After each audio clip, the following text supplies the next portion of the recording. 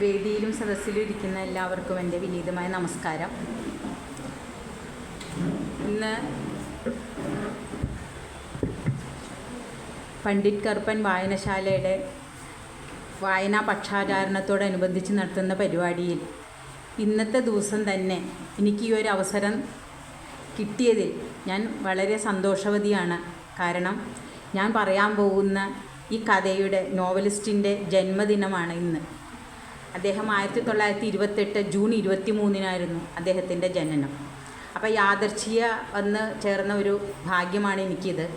അല്ലാണ്ട് വായനശാലയുടെ ഒരു കറക്റ്റായിട്ട് വന്നതല്ല. ഡേറ്റ് പിന്നീട് അങ്ങനെ തീരുമാനിച്ചപ്പോൾ ഞാൻ തന്നെ സ്വയം ഒരു സന്തോഷം എനിക്കുണ്ടായി. അപ്പോൾ ഈ ഒരു ബുക്ക് എന്ന് പറഞ്ഞു കഴിഞ്ഞാൽ ഇപ്പോൾ സുഗുണ സാറ് പറഞ്ഞോണം ഇതൊരു സാഹസമാണോ എനിക്കറിയില്ല. പക്ഷേ വായനയെ ഏറെ ഇഷ്ടപ്പെട്ട സ്ത്രീ ആയ കാരണം ഞാനിതെൻ്റെ കോളേജ് പഠിച്ചിരുന്നപ്പോൾ ഞാൻ വായിച്ചിട്ടുണ്ട്. പിന്നീട് ഞാനിതിവിടെ 4 എണ്ണവും കൂടി ഒരുമിച്ച് ഇവിടെ ഇരിക്കണ കണ്ടപ്പോൾ ഞാനിത് എടുത്തുകൊണ്ട് പോയതാണ്. അങ്ങനെ ഞാനിതൊരു കൊതിയോടുകൂടി വായിച്ചു. ഈ ഒരു നോവലിനെ കുറിച്ച് പറയുകയാണെങ്കിൽ മലയാള സാഹിത്യത്തിലെ ഏറ്റവും വലിയൊരു നോവലാണ് വിലാസിനിയുടെ അവകാശികൾ. അദ്ദേഹത്തിൻ്റെ പേര് ഇപ്പോൾ സൂണ സാർ പറഞ്ഞു. അദ്ദേഹം 1928 ജൂൺ 23 ജനിച്ചു. തൃശ്ശൂർ ജില്ലയിലെ വടക്കാഞ്ചേരിക്കടുത്തുള്ള കരിമാത്രയിലാണ് അദ്ദേഹത്തിൻ്റെ ജനനം. അദ്ദേഹം 1965 നിറമുള്ള നിഴലുകളോടെ എന്ന നോവലിനോട് കൂടിയായിരുന്നു തുടക്കം. അതിന് കേന്ദ്ര സാഹിത്യ അക്കാദമി അവാർഡ് ലഭിച്ചിട്ടുണ്ട്. അതിനുശേഷം അദ്ദേഹം ഊഞ്ഞാൽ, ചുണ്ടലി, തുടക്കം, ഇണങ്ങാത്ത കണ്ണികൾ എന്നിങ്ങനെയുള്ള നോവലുകളും പിന്നെ 2 വിദേശ നോവലുകൾ പരിഭാഷപ്പെടുത്തുകയും ഉണ്ടായിരുന്നു. അതിനുശേഷമാണ് അദ്ദേഹത്തിന് സിംഗപ്പൂരായിരുന്നു ജോലി. ഫ്രഞ്ച് അധീനതയിലുള്ള ഒരു വാർത്താ ഏജൻസിയിലായിരുന്നു ശ്രീ NK മേനോന് ജോലി. അങ്ങനെ 1970 ജനുവരി 1 ഈ അവകാശികൾ അദ്ദേഹം രചിക്കാൻ നോവലെഴുത്ത് തുടങ്ങി. 146 ഒരു മാസം കൊണ്ട് അദ്ദേഹം 146 പേജ് എഴുതി. അപ്പോൾ അദ്ദേഹത്തിന് അതൊരു വലിയൊരു ഇഷ്ടം തോന്നിയില്ല. അതവിടെ നിർത്തിവെച്ചിട്ട് അദ്ദേഹം ജോലിയിലേക്ക് വ്യാപൃതനായി. പിന്നീട് അതിന് ശേഷം 1971 അദ്ദേഹം നോവലിൻ്റെ രചന ആദ്യമേ തുടങ്ങി, രണ്ടാമത് തുടങ്ങി. 75 ഈ നോവൽ അവസാനിപ്പിച്ചു.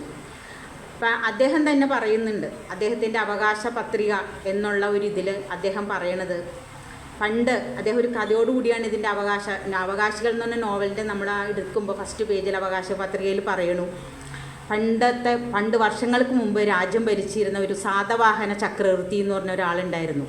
അദ്ദേഹത്തിന് ബുദ്ധിമാനും പണ്ഡിതനുമായ ഒരു മന്ത്രിയും ഉണ്ടായിരുന്നു. അപ്പോൾ ആ രാജസദസ്സിൽ ഒരു പന്തയം വെച്ചപ്പോൾ ഈ മന്ത്രി തോറ്റതിന് പ്രകാരം രാജാവ് അദ്ദേഹത്തെ ഉൾക്കാട്ടിൽ കൊണ്ട് നാട് കടത്തി. അപ്പോൾ ആ കാട്ടിലെ ഈ പണ്ഡിതൻ ജീവിച്ചിരുന്നപ്പോൾ ആദിവാസികളുടെ ആ ഭാഷകളും പൈശാചികമായ രീതികളും കണ്ടു വളർന്ന് കിളികളുടെയും മൃഗങ്ങളുടെയും ശബ്ദകോലാഹലങ്ങളും എല്ലാം കേട്ട് ആ പണ്ഡിതൻ അവിടെ ഇരുന്ന് 7 ലക്ഷം ശ്ലോകങ്ങളുള്ള 7 ഗ്രന്ഥങ്ങൾ രചിച്ചു. എന്നിട്ട് ഇദ്ദേഹം ഈ ഗ്രന്ഥം ഈ സാതവാഹന ചക്രവർത്തിക്ക് ഈ ഒരു ശിഷ്യം വഴി കൊണ്ടു കൊടുത്തു. അപ്പോൾ ഈ സാതവാഹന ചക്രവർത്തിയെ സംബന്ധിച്ചിട്ട് സാഹിത്യമൊന്നും തലയിൽ കയറില്ല. അപ്പം അദ്ദേഹം ഇതെന്ത് നോവലാണത്, ഇതെന്തെന്ന് എഴുതി പിടിപ്പിച്ചേക്കണേ എന്നും പറഞ്ഞുകൊണ്ട് അത് നശിപ്പിക്കാനായിട്ട് മുതിർന്നു. അങ്ങനെ ഈ പണ്ഡിതൻ അത് തിരിച്ചു വാങ്ങിയിട്ട് ഒരു ചിത കൂട്ടി ഈ ഒരു ലക്ഷം ബുക്ക്, അതായത് ഓരോ ബുക്ക് ഒരു ബുക്കിൽ 1 ലക്ഷം ശ്ലോകമാണ്. അദ്ദേഹം അത് ഉറക്കെ വായിച്ചിട്ട്, അപ്പോൾ ഈ വായന ആദ്യം തുടങ്ങി കുറച്ച് നേരം കഴിഞ്ഞപ്പോൾ ആ കാട്ടിലുള്ള ജീവജാലങ്ങൾ, അതായത് മൃഗങ്ങൾ, പക്ഷികൾ, കാട്ടുവാസികൾ എല്ലാവരും വന്നിത് കേട്ട് ഇരുന്നപ്പോൾ അവരതിനകത്ത് ലയിച്ചു കരഞ്ഞ് വല്ലാത്തൊരവസ്ഥയിലാണ് ഇരുന്നിരുന്നത്. അങ്ങനെ അദ്ദേഹം ഇത് മുഴുവനും ഇങ്ങനെ ചിതയിൽ എരിച്ച് കളഞ്ഞു. അങ്ങനെ 6 ലക്ഷം ശ്ലോകവും കളഞ്ഞു കഴിഞ്ഞപ്പോഴാണ് സാതവാഹന ചക്രവർത്തിക്ക് മനസ്സിലായി ഇങ്ങനെ ഇവിടെ ഇത് നടക്കണമെന്നുണ്ടെന്ന്. അപ്പോൾ അയാൾക്ക് അദ്ദേഹത്തിന് ഒരു സ്വയം കുറ്റബോധം തോന്നി. അദ്ദേഹം വന്നിട്ട് ഈ പണ്ഡിതനോട് പറഞ്ഞു, നീ എന്നോട് ക്ഷമിക്കണം, ഇനി നശിപ്പിക്കരുതെന്ന് പറയുമ്പോൾ പറയും, രാജാവേ, ഞാനിത് 6 ലക്ഷവും ദഹിപ്പിച്ചു കളഞ്ഞു, ഇനി എൻ്റെ അടുത്ത് 1 ലക്ഷം മാത്രമേ ഉള്ളൂ എന്ന് പറയും. അത് ഞാൻ വേണമെങ്കിൽ അങ്ങേക്ക് തരാം എന്നും പറഞ്ഞ് ഈ പണ്ഡിതൻ രാജാവിന് സമർപ്പിച്ചിട്ട് സ്വയം ചിതയിൽ ചാടിയ പണ്ഡിതൻ മരിച്ചു പോവുകയാണ്. അപ്പോൾ ആ 1 ലക്ഷം ശ്ലോകമാണ് മലയാള സാഹിത്യത്തിൻ്റെ മൂലഗ്രന്ഥമായ ബൃഹൽ കഥ എന്നാണ് പറയുന്നത്. അപ്പോൾ ഈ വിലാസിനി എന്ന് പറഞ്ഞ എഴുത്തുകാരൻ നോവലിസ്റ്റ് പറയുന്നു, അതേപോലെ ഈ അവകാശികൾ ഞാൻ തല്ലിപ്പരുത്തി പറയാനോ അടിച്ച് ഇതാക്കാനോ പോകാനോ ഒന്നും ഞാൻ ചെയ്തിട്ടില്ല. ഞാനൊരു സാഹസവും ഞാൻ ഇതിനകത്ത് കാണിച്ചിട്ടില്ല. പക്ഷേ എനിക്കിത് എഴുതാൻ ഒരു ധൈര്യം ഉണ്ടായിരുന്നു. ആ ധൈര്യമുണ്ടെങ്കിലേ എനിക്ക് മുന്നോട്ടുള്ള പ്രയാണത്തിന് ഉതകുള്ളൂ എന്നുള്ള ഒരു സ്വയം ആത്മവിശ്വാസത്തോടു കൂടിയാണ് വിലാസിനി ഈ നോവലിൻ്റെ രചന ആരംഭിച്ചത്. ഈ നോവൽ എന്ന് പറഞ്ഞു കഴിഞ്ഞാൽ മലയാള സാഹിത്യത്തിലെ ഏറ്റവും വലിയൊരു കൃതിയാണ്. 4000 പേജുകളുണ്ട്, 40ഓളം കഥാപാത്രങ്ങളുണ്ട്. അതിലൊരു 10-12 കഥാപാത്രങ്ങൾ മാത്രമേ ശ്രദ്ധയാകർഷിച്ച് നിൽക്കുന്നുള്ളൂ. അപ്പോൾ വിലാസിനി പറയണത് എന്താണെന്ന് വെച്ച് കഴിഞ്ഞാൽ, അദ്ദേഹം പറയണതെന്ന് വെച്ച് കഴിഞ്ഞാൽ, ഈ നോവലിലൂടെ ഒരു ജീവിതം എന്താണെന്ന് അദ്ദേഹം പറയുന്നില്ല, പക്ഷേ ജീവിച്ചിരിക്കുന്നവർക്ക് ജീവിതം എങ്ങനെ അനുഭവപ്പെടുന്നു എന്ന് ഈ നോവലിലൂടെ അദ്ദേഹം മനസ്സിലാക്കി തരുന്നു. അതായത് മറ്റുള്ള നോവലിസ്റ്റുകൾ സഞ്ചരിച്ചിരുന്ന വഴിയിലൂടെ അല്ല എന്ന് നോവലിസ്റ്റ് സ്വയം അവകാശം പ്രഖ്യാപിക്കുന്നുണ്ട്. ഞാൻ വേറിട്ടൊരു വഴിയിലൂടെയാണ് ഞാനിത് സഞ്ചരിക്കുന്നത്. മനുഷ്യ മനസ്സുകളുടെ വൈരുദ്ധ്യങ്ങളും വൈവിധ്യങ്ങളും സ്നേഹബന്ധങ്ങളുടെ തീഷ്ണതയും ഇത്ര മനോഹരമായി ആവിഷ്കരിക്കാനുള്ള, ഹൃദയസ്പർശിയായി ആവിഷ്കരിക്കാൻ വിലാസിനിക്ക് സ്വമേധയാ ഉള്ള കഴിവ് അദ്ദേഹം ഈ നോവലിൽ വളരെ ഭംഗിയായിട്ട് ആഖ്യാന ശൈലിയിലൂടെ പ്രതിപാദിച്ചിട്ടുണ്ട്. ശരിക്കും പറഞ്ഞാൽ അക്ഷരങ്ങൾ കൊണ്ട് അമ്മാനമാടിയിരിക്കുകയാണ് അദ്ദേഹം ഈ നോവൽ. പിന്നെ ഇതിൻ്റെ വിഖ്യാത എഴുത്തുകാരനായ ദോസ്തോയെവ്സ്കി, അദ്ദേഹം വിലാസിനി പറയുന്നത് എന്താണെന്ന് വെച്ച് കഴിഞ്ഞാൽ, അദ്ദേഹം ഒരു നോവൽ എഴുതാനിരിക്കുമ്പോൾ മനുഷ്യ മനസ്സുകളെ ശരിക്കും പഠിച്ചിട്ടാണ് ഞാൻ നോവൽ എഴുതുക എന്ന് പറയാറുണ്ട്. അപ്പോൾ വിലാസിനി തന്നെ പറയണു, ഞാൻ അദ്ദേഹത്തിൻ്റെ വാക്കുകൾ കടമെടുത്തിരിക്കുന്നു. ഈ നോവൽ എഴുതാൻ എനിക്ക് അതിനും ഒരു പ്രചോദനമായിട്ടുണ്ടെന്ന്. പിന്നെ നമ്മുടെ ടോൾസ്റ്റോയിയുടെ വിഖ്യാത നോവലായ യുദ്ധവും സമാധാനവും, അപ്പോൾ അത് അദ്ദേഹം എത്രയോ 2000ഓളം പേജുകളുണ്ട്. അത് അദ്ദേഹം എഴുതി കഴിഞ്ഞപ്പോൾ അത് പല ആവർത്തി, അതായത് അദ്ദേഹത്തിൻ്റെ സുഹൃത്തുക്കളും കുടുംബവും എല്ലാം ആ നോവൽ പല ആവർത്തി വായിച്ചിട്ടാണ് അദ്ദേഹം പബ്ലിഷ് ചെയ്യാനായിട്ട് കൊടുത്തത്. എന്നിട്ട് പോലും നിരൂപകന്മാർ അതിന് വളരെയധികം തെറ്റുകളുണ്ട് എന്ന് പറഞ്ഞ് വളരെയധികം വിമർശനങ്ങൾ ഏറ്റുവാങ്ങിയ കൃതിയായിരുന്നു യുദ്ധവും സമാധാനവും. അപ്പോൾ ആ കാര്യത്തിലും വിലാസിനി മുൻകൂർ ജാമ്യം എടുത്തിരിക്കുന്നു. ഇതിനകത്ത് ഒരു കയ്യെഴുത്ത് പ്രതി മാത്രമേ ഉള്ളൂ. ഇതാദ്യം ആരും അധികം വായിച്ചിട്ടില്ല. അദ്ദേഹം സാഹിത്യ പ്രവർത്തക സഹകരണ സംഘമാണ് ഈ നോവൽ പബ്ലിഷ് ചെയ്തിരിക്കുന്നത്. അപ്പോൾ അതിനകത്ത് ഇത്രയും വിശകലനം ചെയ്ത യുദ്ധവും സമാധാനവും എന്ന് പറഞ്ഞ നോവലിൽ ഇത്ര തെറ്റുകൾ വന്നിട്ടുണ്ടെങ്കിൽ ഇതിനകത്തും വരാം. അത് സദയം ക്ഷമിക്കണം എന്ന് പറഞ്ഞുകൊണ്ടാണ് വിലാസിനി അവകാശികൾ തുടങ്ങുന്നത്. ഈ നോവലിൻ്റെ പ്രധാന കഥാപാത്രം എന്ന് പറഞ്ഞു കഴിഞ്ഞാൽ ഒരു വേലുണ്ണിക്കുറുപ്പാണ്. വേലുണ്ണിക്കുറുപ്പിന് അദ്ദേഹം 3 കല്യാണം കഴിച്ചിട്ടുണ്ട്, കുട്ടികളില്ല. അദ്ദേഹത്തിന് ഒരു അനിയനുണ്ട്, രാവണ്യക്കുറുപ്പ്. ഈ വേലുണ്ണിക്കുറുപ്പിന് പെങ്ങളുടെ മക്കളാണ് കരുണൻ, ഗംഗാധരക്കുറുപ്പ്, ഒരു മിനിക്കുട്ടി, അങ്ങനെ 3 മക്കൾ. രാവണ്യക്കുറുപ്പിന് ഭാര്യ സരസ്വതി അമ്മ, ഭാസ്കരക്കുറുപ്പ്, മകൻ ബാസി എന്ന് വിളിക്കും, പിന്നെ അശോകൻ, പിന്നെ ഒരു മിനി. അവർ 6 മക്കളാണ്. അതിൽ 3 മക്കളുടെ പേര് അപ്രധാനമായിട്ടാണ് നോവലിസ്റ്റ് പറയുന്നത്. ഈ വേലുണ്ണിക്കുറുപ്പ് എന്ന് പറഞ്ഞ ഒരു അസാമാന്യ മനുഷ്യനാണ്. അദ്ദേഹം സ്വയം അദ്ദേഹത്തെ തന്നെ വിലയിരുത്തുന്നത് എന്താണെന്ന് വെച്ച് കഴിഞ്ഞാൽ, ഏത് പ്രതിസന്ധികൾ വന്നു കഴിഞ്ഞാലും അവിടെ തളരാതെ പതറാതെ വളരെ ആത്മനിയന്ത്രണത്തോടു കൂടി വേണം ഓരോ അടിയും മുന്നോട്ട് വയ്ക്കാൻ. അതായത് ഒരു അവസാനത്തെ അടവ് കണ്ടു വേണം ആദ്യത്തെ കരു നീക്കുവാൻ. അവിടെ എന്ത് തടസ്സം വന്നു കഴിഞ്ഞാലും അതിനെല്ലാം വെട്ടി തെളിച്ച് മുന്നേറാനുള്ള ഒരു ആത്മധൈര്യമുള്ള, സ്വമേധയാ ഒരു ധൈര്യവാനായ ഒരു മനുഷ്യനാണ് വേലുണ്ണിക്കുറുപ്പ്. അദ്ദേഹം വളരെ ചെറുപ്പത്തിലെ അദ്ദേഹത്തിൻ്റെ ഭാരതപ്പുഴയുടെ തീരത്തായിരുന്നു വേലുണ്ണിക്കുറുപ്പിൻ്റെ തറവാട്. അമ്മയുടെ മരണശേഷം അമ്മാവൻ്റെ അധീനതയിലായിരുന്നു ജീവിതം. അപ്പോൾ കാശൊക്കെ അന്ന് പറയണത് വെള്ളിക്കാശെന്നാണ്. അങ്ങനെ അമ്മാവൻ പറഞ്ഞു, ഇനി നീ പഠിക്കണ്ട, ഇവിടെ കന്നുകൂട്ടി കഴിയാം എന്നിങ്ങനെ പറയുമ്പോൾ അദ്ദേഹത്തിൻ്റെ അനിയനാണ് രാവണ്യക്കുറുപ്പ്. അപ്പോൾ ഈ വേലുണ്ണിക്കുറുപ്പിന് പഠിക്കാൻ ഇത്തിരി പുറകോട്ടാണെങ്കിൽ രാവണ്യക്കുറുപ്പ് പഠിക്കാൻ മിടുക്കനാണ്. ഒരു പെങ്ങളുണ്ട്. അപ്പോൾ അദ്ദേഹം സ്വയം കരുതണം. അമ്മ പറയും, വേലുണ്ണി, നീ നിൻ്റെ അനിയനെ നീ നല്ലോണം നോക്കണം, അവനെ നീ പഠിപ്പിക്കണം എന്ന് അമ്മ പറയാറുണ്ട്. നാട്ടിൽ നിന്നാൽ ഇതൊന്നും സാധിക്കില്ല എന്ന് വേലുണ്ണിക്കുറുപ്പിന് മനസ്സിലായിട്ട് അദ്ദേഹം അന്നേ മലേഷ്യയിലേക്ക് കയറുകയാണ്. മലേഷ്യ, കോലാലംപൂർ എന്നുള്ള സ്ഥലങ്ങളിലാണ് ഈ നോവൽ നടക്കുന്നത്. 1970 കാലഘട്ടത്തിലാണ് ഈ നോവലിൻ്റെ കഥയും നടക്കുന്നത്, വേലുണ്ണിക്കുറുപ്പിൻ്റെ ജീവിതവും പോകുന്നത്. അവിടെ തഞ്ചോങ് ബസാർ, അദ്ദേഹം വിലാസിനി പറയുന്നുണ്ട്, അതൊരു സങ്കല്പ രാജ്യമാണ്. അങ്ങനെ ഒരു രാജ്യം ഇല്ല മലേഷ്യയിൽ, കോലാലംപൂർ. അങ്ങനെ അവിടെ വേലുണ്ണിക്കുറുപ്പ് അവിടെ ചെന്ന് പെടുന്നു. അവിടെ പെനാങ്കിൽ എന്ന് പറഞ്ഞൊരു സ്ഥലത്ത് ചെന്ന് പെട്ട് കഴിഞ്ഞിട്ട് ജീവിക്കാൻ ഭാഷ അറിയില്ല, അങ്ങനെ ഇതായിട്ട് ബുദ്ധിമുട്ടി നടക്കുമ്പോൾ അവിടെ വച്ചിട്ട് ഒരു അപ്പു നായർ എന്ന് പറഞ്ഞൊരു മലയാളിയെ പരിചയപ്പെടുകയാണ്. അദ്ദേഹം അവിടെ ഒരു ചെറിയൊരു എന്തോ വ്യവസായമൊക്കെ ഉണ്ട്. അങ്ങനെ അപ്പു നായരുടെ കൂടെ വേലുണ്ണിക്കുറുപ്പ് കൂട്ടുകൂടുന്നു. അപ്പുണ്ണി നായർക്ക് ഭാര്യയുണ്ട്, വിശാലാക്ഷി അമ്മ. അങ്ങനെ അപ്പുണ്ണി നായർ നല്ലൊരു മനുഷ്യനാണ്, വേലുണ്ണിക്കുറുപ്പിനെ എല്ലാ കാര്യത്തിലും സഹായിക്കുകയും ഇങ്ങനെയൊക്കെ ചെയ്ത് ജീവിച്ചു പോകുമ്പോഴാണ് അപ്പുണ്ണി നായർ ഒരു ദിവസം മരിച്ചു പോകുന്നു. മരിച്ചു പോയി കഴിയുമ്പോൾ വിശാലാക്ഷി അമ്മ, ഇവരെല്ലാം മലയാളികൾ തന്നെയാണ്, വിശാലാക്ഷി അമ്മയും അവർക്ക് 3 മക്കൾ, അതായത് 2 മക്കൾ നിലവിലുണ്ട്, മൂന്നാമത്തത് ഗർഭിണിയായിരിക്കുമ്പോഴാണ് വിശാലാക്ഷി അമ്മയുടെ ഭർത്താവ് അപ്പു നായർ മരിച്ചു പോകുന്നത്. അങ്ങനെ വേലുണ്ണിക്കുറുപ്പിന് ഈ അപ്പു നായരോടുള്ള ആ ഒരു കടപ്പാട് ഇവരെ സംരക്ഷിക്കുകയാണ്. അങ്ങനെ കാരണം അവരാണ് അപ്പു നായരാണല്ലോ വേലുണ്ണിക്കുറുപ്പിന് ഒരു ജീവിതം അവിടെ വച്ചിങ്ങനെ പച്ച പിടിച്ച് കൊടുക്കണത്. അങ്ങനെ ഇവരെ ഞാൻ സംരക്ഷിച്ചോളാം എന്നും പറഞ്ഞുകൊണ്ട് അവരായിട്ട് ഒരു വീട്ടിൽ ഒന്നിച്ച് താമസിക്കുന്നു. നല്ല മര്യാദപൂർവ്വം തന്നെ ഒരു ജീവിതം പടുത്തു തന്ന ഒരു മനുഷ്യൻ്റെ ഭാര്യ എന്നുള്ളൊരു ലേബലാണ് ആദ്യം വിശാലാക്ഷി അമ്മയോട് ഉണ്ടാവുന്നത്.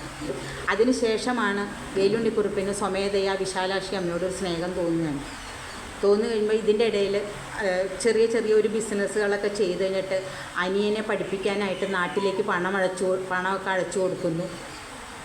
അപ്പോൾ ഇതിൻ്റെ ഇടയിൽ ഒരു സംഭവം ഉണ്ട്, അത് ഞാൻ വിട്ടുപോയി. വേലുണ്ണിക്കുറുപ്പിന് ഈ മലേഷ്യയിലേക്ക് പോരാനായിട്ട് പൈസയില്ല. അപ്പോൾ പെങ്ങളുടെ മാല കട്ടെടുത്തിട്ടാണ് വേലുണ്ണിക്കുറുപ്പ് കൊണ്ടുപോയി അത് വിറ്റിട്ടാണ് വേലുണ്ണിക്കുറുപ്പ് മലേഷ്യയിലേക്ക് വരുന്നത്.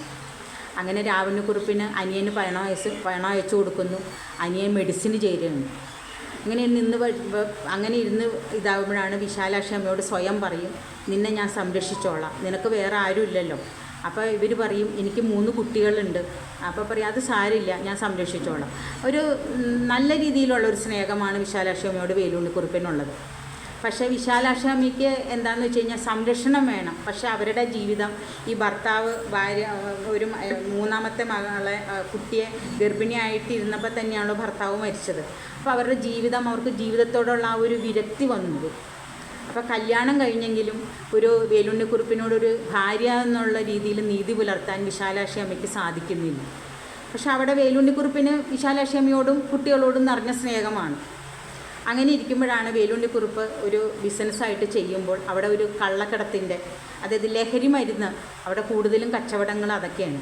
അങ്ങനെ അവിടെ വച്ചിട്ട് ഒരു ചീനക്കാരി സീമോയ് എന്ന് പറഞ്ഞ ഒരു സ്ത്രീയെ പരിചയപ്പെട്ടിട്ട് അവരോട് കൂട്ടുകൂടി ചേർന്നിട്ട് ചെറിയ കച്ചവടങ്ങളൊക്കെ നടത്തുമ്പോൾ അവർ പറഞ്ഞു കൊടുക്കണു, വേലുണ്ണി ഇങ്ങനെ നിന്ന് കഴിഞ്ഞാൽ എങ്ങും എത്തൂല, നമുക്ക് ഇത് കുറച്ച് കള്ളക്കടത്തുകൾ ചെയ്യണം, എന്നാൽ മാത്രമേ രക്ഷയുള്ളൂ. അപ്പോൾ ഇദ്ദേഹം ഇത് വന്നിട്ട് ഈ വിശാലാക്ഷി അമ്മയോട് പറയും, എന്നോട് ഇങ്ങനെ സീമോയി. അപ്പം ഈ വിശാലാക്ഷി അമ്മയ്ക്ക് മനസ്സിലായി വേലുണ്ണിക്കുറുപ്പിൻ്റെ വേറൊരു രീതിയിലേക്ക് ലൈഫ് പോയി എന്ന് മനസ്സിലായി. പക്ഷേ വിശാലാക്ഷി അമ്മയ്ക്ക് അതിൽ പരാതിയില്ല. കാരണം വേലുണ്ണിക്കുറുപ്പിന് ഈ പിള്ളേരെ ഭയങ്കര ജീവനം. ഈ വിശാലാക്ഷി അമ്മയുടെ മക്കൾ ഒന്ന് ശ്രീധരൻ, ഒന്ന് സുകുമാരൻ, ഒന്ന് സുഭദ്ര, അങ്ങനെ 3 മക്കളായിരുന്നു. അപ്പോൾ ഈ പിള്ളേരെ ഇദ്ദേഹം ഒരു അച്ഛൻ്റെ സ്ഥാനം നിർത്തിയിട്ടാണ് ഈ പിള്ളേരെ നോക്കുന്നത്. അതാണ് പിള്ളേർക്കും കൊച്ചച്ചാന്ന് വിളിച്ച് ഭയങ്കര സ്നേഹമാണ്. അപ്പോൾ വിശാലാക്ഷി അമ്മ പറയും, എനിക്ക് നിങ്ങൾക്ക് തരാനായിട്ട് എൻ്റെ കയ്യിൽ വേറെ ഒന്നുമില്ല. അപ്പം നിങ്ങൾക്ക് അങ്ങനൊരു സുഖം വേണമെന്നുണ്ടെങ്കിൽ നിങ്ങൾ വേറെ എന്താണെന്ന് വെച്ചാൽ ചെയ്തോളൂ എന്നുള്ള രീതിയിൽ, അങ്ങനെ ഒരു മൗനം സമ്മതം എന്നുള്ള രീതിയിൽ തന്നെയാണ് വേലുണ്ണിക്കുറുപ്പ് ഈ സീമോയ് എന്ന് പറഞ്ഞ ചീനക്കാരിയുടെ കൂടെ ചേർന്ന് കള്ളക്കടത്തിലൂടെ ധാരാളം പണം സമ്പാദിക്കുന്നു. അങ്ങനെ വേലുണ്ണിക്കുറുപ്പ് ഒരു കോടീശ്വരനായിട്ട് തീരുകയാണ്. പിന്നെ അദ്ദേഹത്തിന് വച്ചടി കയറ്റം. ഇതിൻ്റെ ഇടയിൽ രാവണക്കുറുപ്പ് ഒരു ഡോക്ടറാവുന്നു. പെങ്ങളുടെ മക്കളെ മുഴുവനും ഇദ്ദേഹം മലേഷ്യയിൽ കൊണ്ടുവരുന്നു. എല്ലാവർക്കും നല്ലൊരു ബിസിനസ് എല്ലാം കൊടുത്തു. അങ്ങനെ കഥ തുടങ്ങുമ്പോൾ നമുക്ക് വെൽ സെറ്റിൽഡ് ആയിട്ടുള്ളൊരു ഫാമിലി ആയിട്ടാണ്. ഇത് ഞാൻ ആ തുടക്കമാണ് പറഞ്ഞത്. ഫസ്റ്റ് പേജ് നമുക്ക് തുടങ്ങുമ്പോൾ എല്ലാവരും വെൽ സെറ്റിൽഡാണ്. അപ്പോൾ അവിടെ മലേഷ്യയിലും പാർലമെൻറ്റിലെ ദാത്തോ ഓത്മാൻ എന്നാണ് പേര്. അദ്ദേഹം അവിടുത്തെ MP ആണ്. അപ്പോൾ ഇങ്ങനെ തുടങ്ങുമ്പോൾ ഇദ്ദേഹത്തിൻ്റെ സപ്തതി ആഘോഷിക്കാൻ വേലുണ്ണിക്കുറുപ്പ് ഇപ്പം എല്ലാത്തിൽ നിന്നൊക്കെ വിടുതലൊക്കെ ഇതാക്കി ഗൃഹസ്ഥാശ്രമം വീട്ടിൽ വിശ്രമിക്കുന്ന അവസ്ഥയാണ്. അപ്പോൾ വേലുണ്ണിക്കുറുപ്പിൻ്റെ നാടടക്കം അവിടെ മലേഷ്യയിലെ പ്രസിദ്ധിയായിട്ട് ഭയങ്കര എന്താ പറയുക കോലാഹലം സൃഷ്ടിച്ച, അല്ലെങ്കിൽ വളരെ പ്രസിദ്ധിയോടുകൂടി തന്നെ ഒരു സപ്തതി ആഘോഷിക്കാനായിട്ട് പാർലമെൻറ്റ് തീരുമാനിക്കുകയാണ്. അപ്പോൾ ഇതിൻ്റെ ഇടയിൽ ശ്രീധരനാണെങ്കിൽ കല്യാണം കഴിച്ചു. വിശാലാക്ഷി അമ്മയുടെ മകൾ അത് കല്യാണം കഴിച്ചു. അത് പിന്നെ സുകുമാരൻ കല്യാണം കഴിച്ചു. പിന്നെ സുഭദ്രയുണ്ട്, സുഭദ്ര കല്യാണം കഴിച്ചു. സുഭദ്ര കല്യാണം കഴിച്ചിട്ട് സുഭദ്രയ്ക്ക് ഒരു മകളുണ്ട്, രാജലക്ഷ്മി എന്നാണ് പേര്. അപ്പോൾ ഇതിൻ്റെ ഇടയിൽ തന്നെ വേറൊരു ഇതുമുണ്ട്, അതും പറയണം. കാരണം ഈ ചീനക്കാരത്തിയായ ഇവരെ കല്യാണം കഴിച്ചിരിക്കുമ്പോൾ ഇദ്ദേഹത്തിന് ഒരു ദിവസം ഈ സീമോയ് എന്ന് പറഞ്ഞ സ്ത്രീക്ക് ഒരു കുട്ടിയുണ്ട്. അപ്പോൾ ഈ ഒരു കള്ളക്കടത്തിൻ്റെ ഒരു സിറ്റുവേഷനിൽ ഈ സീമോയ് ഈ കുട്ടിയുടെ കാര്യത്തിന് വേണ്ടിയിട്ട് പോകുന്നു. അങ്ങനെ വേലുണ്ണിക്കുറുപ്പിന് അവിടെ ഒറ്റയ്ക്ക് അത് ഏറ്റെടുക്കേണ്ടി വരുമ്പോൾ ഇവർ പറയണം, എനിക്ക് എൻ്റെ കുട്ടികളുടെ വേലുണ്ണിക്കുറുപ്പിന് മനസ്സിലാവില്ല, അത് കുട്ടികളായിട്ടുള്ള അച്ഛനും അമ്മയുടെ ആ ഒരു ബന്ധം, അവിടെ ബിസിനസ് എനിക്ക് പ്രാധാന്യം തോന്നിയില്ല എന്ന് പറയുമ്പോൾ വേലുണ്ണിക്കുറുപ്പിന് സ്വയം തോന്നും. വേലുണ്ണിക്കുറുപ്പിന് സ്വന്തമായിട്ട് മക്കളില്ല, മറ്റുള്ളവരുടെ മക്കളെയാണല്ലോ തോന്നണേ. അങ്ങനെ ഒരു വല്ലാത്തൊരവസ്ഥയിൽ നിൽക്കുമ്പോൾ ഈ രാവണിക്കുറുപ്പ് കല്യാണം കഴിച്ചിട്ടുണ്ട്. രാവണിക്കുറുപ്പിനെ കല്യാണം കഴിപ്പിക്കും. രാവണിക്കുറുപ്പ് ഡോക്ടറാണ്. ഒരു നേഴ്സായ സരസ്വതി അമ്മയാണ് കല്യാണം കഴിക്കുന്നത്. അപ്പോൾ ചേട്ടനാണെങ്കിൽ നല്ല നിലയിലാണ്. അപ്പോൾ ഇരിക്കുമ്പോൾ ഈ സരസ്വതി അമ്മ എന്ന് പറഞ്ഞ സ്ത്രീ പറയും ഭർത്താവിനോട്, രാവണിക്കുറുപ്പിനോട് പറയും, നമുക്ക് ചേട്ടനെ കൊണ്ടിട്ട് എൻ്റെ അനിയത്തിയെ കല്യാണം കഴിപ്പിക്കാം. അപ്പോൾ ചേട്ടൻ ഇപ്പോൾ ഇങ്ങനെ എന്താ പറയുക, ഇങ്ങനെ വിശാലാക്ഷിയുടെ മക്കളെയല്ലേ നോക്കണത്. അപ്പോൾ ഇവർക്ക് ഈ സരസ്വതി അമ്മ എന്ന് പറഞ്ഞൊരു സ്ത്രീ ഇത് ഒരു ശരിക്കും നമ്മൾ പുരാണത്തിലെ ഒരു മന്ദരയുടെ ക്യാരക്ടറാണ്. കാരണം വേലുണ്ണിക്കുറുപ്പിൻ്റെ സ്വത്തിലാണ് അവർക്ക് താല്പര്യം. അങ്ങനെ ഈ രാവണിക്കുറുപ്പിൻ്റെ ഭാര്യ സരസ്വതി അമ്മയുടെ അനിയത്തി അമ്പിയെ കൊണ്ട് വേലുണ്ണിക്കുറുപ്പിനെ കല്യാണം കഴിപ്പിക്കുക. വേലുണ്ണിക്കുറുപ്പിന് അന്നം കണ്ടോ 50-52 വയസ്സുണ്ട് കല്യാണം കഴിക്കുമ്പോൾ. അദ്ദേഹത്തിന് ഒട്ടും ഇഷ്ടമല്ല. പക്ഷേ ഇവരെല്ലാവരും കൂടി നിർബന്ധിക്കും, ചേട്ടൻ്റെ പേരിലൊരു രക്തബന്ധത്തിലൊരു കുട്ടി വേണം ചേട്ടാ, എന്നാലേ ജീവിതം ധന്യമാകുള്ളൂ, അല്ലാണ്ട് ചേട്ടൻ ഈ മറ്റുള്ളവരെ ഒക്കെ ഇങ്ങനെ ഇതായിട്ട് ജീവിച്ചിട്ട് കാര്യമില്ല എന്ന് പറയുമ്പോൾ ഒരു നിമിഷം അദ്ദേഹം ജീവിച്ചിട്ട് അങ്ങനെ അംബിക എന്നാണ് ആ സ്ത്രീയുടെ പേര്. അങ്ങനെ കല്യാണം കഴിച്ചിരിക്കുമ്പോൾ ഈ കുറച്ച് നാൾ കഴിയുമ്പോൾ അറിയണു അംബിക ഗർഭിണിയാണെന്ന് അറിയണം. അംബിക ഗർഭിണിയാണെന്ന് പറയുമ്പോൾ വേലുണ്ണിക്കുറുപ്പിന് സ്വമേധയാ ഭയങ്കര സന്തോഷവും സ്വന്തം രക്തത്തിലൊരു കുട്ടി ഉണ്ടാവുകയാണല്ലോ എന്ന് കരുതിയിട്ട് അങ്ങനെ ഹോസ്പിറ്റലിൽ പോവുകയാണ്. ഇതിൻ്റെ ഇടയിൽ തന്നെ ഈ വേലുണ്ണിക്കുറുപ്പിന് എന്തോ ഒരു അസുഖം വന്നിട്ട് ഹോസ്പിറ്റലിലാവും. അപ്പോൾ അവിടെ വച്ചിട്ട് ഓരോ ചെക്കപ്പ് നടത്തുമ്പോൾ വേലുണ്ണിക്കുറുപ്പിന് കുട്ടികളുണ്ടാവില്ല എന്ന് ഡോക്ടറിൽ നിന്ന് വേലുണ്ണിക്കുറുപ്പ് അറിയും. വേലുണ്ണിക്കുറുപ്പ് അത് അറിഞ്ഞതിന് ശേഷമാണ് അംബിക ഗർഭിണിയാണെന്ന് അറിയണത്. അങ്ങനെ അറിഞ്ഞു കഴിയുമ്പോൾ വേലുണ്ണിക്കുറുപ്പിന് സ്വമേധയാ തോന്നും, ഇത് എൻ്റെ കുട്ടിയാണോ എന്നുള്ളൊരു കൺഫ്യൂഷനാവും. അങ്ങനെ ഇരുന്ന് കഴിയുമ്പോൾ അംബിയോട് ചോദിക്കുമ്പോൾ അവളുടെ ആ കണ്ണീരിലൂടെ അയാൾക്ക് മനസ്സിലാവും ഇത് വേലുണ്ണിക്കുറുപ്പിൻ്റെ കുട്ടിയല്ല എന്ന്. അപ്പോൾ പിന്നീട് വേലുണ്ണിക്കുറുപ്പ് മനസ്സിലാക്കുകയാണ് ഈ വേലുണ്ണിക്കുറുപ്പിൻ്റെ അനിയൻ രാവണിക്കുറുപ്പിൻ്റെ ഭാര്യ സരസ്വതിയമ്മ ചെയ്ത്, അതായത് അംബികയുടെ മുൻ കാമുകനെ കൊണ്ട് ഒരു കുട്ടി ഉണ്ടാക്കിയിട്ട് ഈ സ്വത്ത്, ചേട്ടൻ്റെ സ്വത്താണെങ്കിലും സരസ്വതിയമ്മയുടെ ഭർത്താവ് എന്ന് പറഞ്ഞാൽ അനിയനാണ്, അവർക്ക് തന്നെ കിട്ടുമല്ലോ. അങ്ങനെ ഒരു നാടകമാണല്ലോ എന്നറിയുമ്പോൾ വേലുണ്ണിക്കുറുപ്പ് ഈ അംബികയെ കാറി കയറ്റി കൊണ്ടുപോയിട്ട് അംബികയെ കൊല്ലുന്നു. ആക്സിഡൻറ്റിൽ കൂടെ അംബിക മരിച്ചു പോകുന്നു. അപ്പോൾ അങ്ങനെ കൊല്ലും, എന്താ പറയുക, കൊണ്ടും ഒക്കെ ചെയ്ത് വേലുണ്ണിക്കുറുപ്പ് കയറി അങ്ങനെ പോയി. ഇതിൻ്റെ ഇടയിൽ സുഭദ്ര കല്യാണം കഴിച്ചു. അതായത് വിശാലാക്ഷിയമ്മയുടെ 3 മക്കൾ, ശ്രീധരൻ എന്നൊക്കെ ഞാൻ പറഞ്ഞല്ലോ, സുഭദ്ര കല്യാണം കഴിച്ചു. സുഭദ്ര കല്യാണം കഴിച്ചു കഴിഞ്ഞപ്പോൾ സുഭദ്രയെ കൊണ്ട് കല്യാണം കഴിപ്പിക്കുന്നത് വേലുണ്ണിക്കുറുപ്പിൻ്റെ പെങ്ങളുടെ മകനുണ്ട് ഗംഗാധരക്കുറുപ്പ്. നിങ്ങളൊന്ന് ശ്രദ്ധിച്ചിരിക്കണം, ഈ കഥാപാത്രങ്ങൾ തമ്മിൽ ഭയങ്കരമായിട്ട് മാറിപ്പോകും കേട്ടോ. ഭയങ്കര പാടാണത്. അതായത് വേലുണ്ണിക്കുറുപ്പിൻ്റെ പെങ്ങളുടെ മക്കൾ ഗംഗാധരക്കുറുപ്പ്, കരുണൻ, മിനി. അതിൽ ഗംഗാധരക്കുറുപ്പിനെ കൊണ്ടിട്ടാണ് വിശാലാക്ഷിയമ്മയുടെ ഇളയ മകളായ സുഭദ്രയെ കല്യാണം കഴിപ്പിക്കുന്നത്. അപ്പോൾ ഈ ഗംഗാധരക്കുറുപ്പിനെ കൊണ്ടിട്ട് വേലുണ്ണിക്കുറുപ്പ് പറയും കല്യാണം കഴിക്കണം എന്ന് പറയുമ്പോൾ ഗംഗാധരക്കുറുപ്പ് പറയും, അമ്മാവ എനിക്ക് വേറൊരു മുസ്ലിം കുട്ടിയായിട്ട് സ്നേഹമാണ്, അപ്പോൾ എനിക്ക് അവളെ ഉപേക്ഷിക്കാൻ പറ്റില്ല എന്ന് പറയും. അപ്പോൾ ഈ വേലുണ്ണിക്കുറുപ്പ് പഴയ എല്ലാ ആചാരങ്ങളും കൊണ്ടുപോകുന്ന ഒരു മനുഷ്യനാണ്. അപ്പോൾ അദ്ദേഹത്തിന് ഒരു വിഷമാവണം, കാരണം അവരുടെ കുടുംബത്തിൽ ഒരു അന്യജാതിയുള്ള ഒരു സ്ത്രീയെ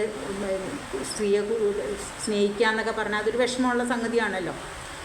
അങ്ങനെ ഇരിക്കുന്ന കഴിയുമ്പോഴത്തേക്ക് വേലുണ്ണിക്കുറുപ്പ് അയാളെ നല്ലോണം ഉപദേശിച്ച് അതൊക്കെ സാരമില്ല എന്ന് പറഞ്ഞിട്ട് ആ മുസ്ലിം കുട്ടിയുടെ വീട്ടിൽ ചെന്ന് പറഞ്ഞ് കുറേ കാശും അങ്ങനെയൊക്കെ ചെയ്തു. അപ്പോൾ വേലുണ്ണിക്കുറുപ്പ് ഇഷ്ടമായൊരു സ്കൂളുകൾ മലേഷ്യയിൽ പണിതേക്കണു, അനാഥാലയങ്ങൾ പണിതേക്കണു, ഹോസ്പിറ്റലുകൾ പണിതേക്കണു, ഇഷ്ടമായൊരു സ്ഥലങ്ങൾ, വ്യവസായങ്ങൾ, അങ്ങനെ പ്രഗത്ഭനായ ഒരു ധനാഢ്യനാണ് വേലുണ്ണിക്കുറുപ്പ്.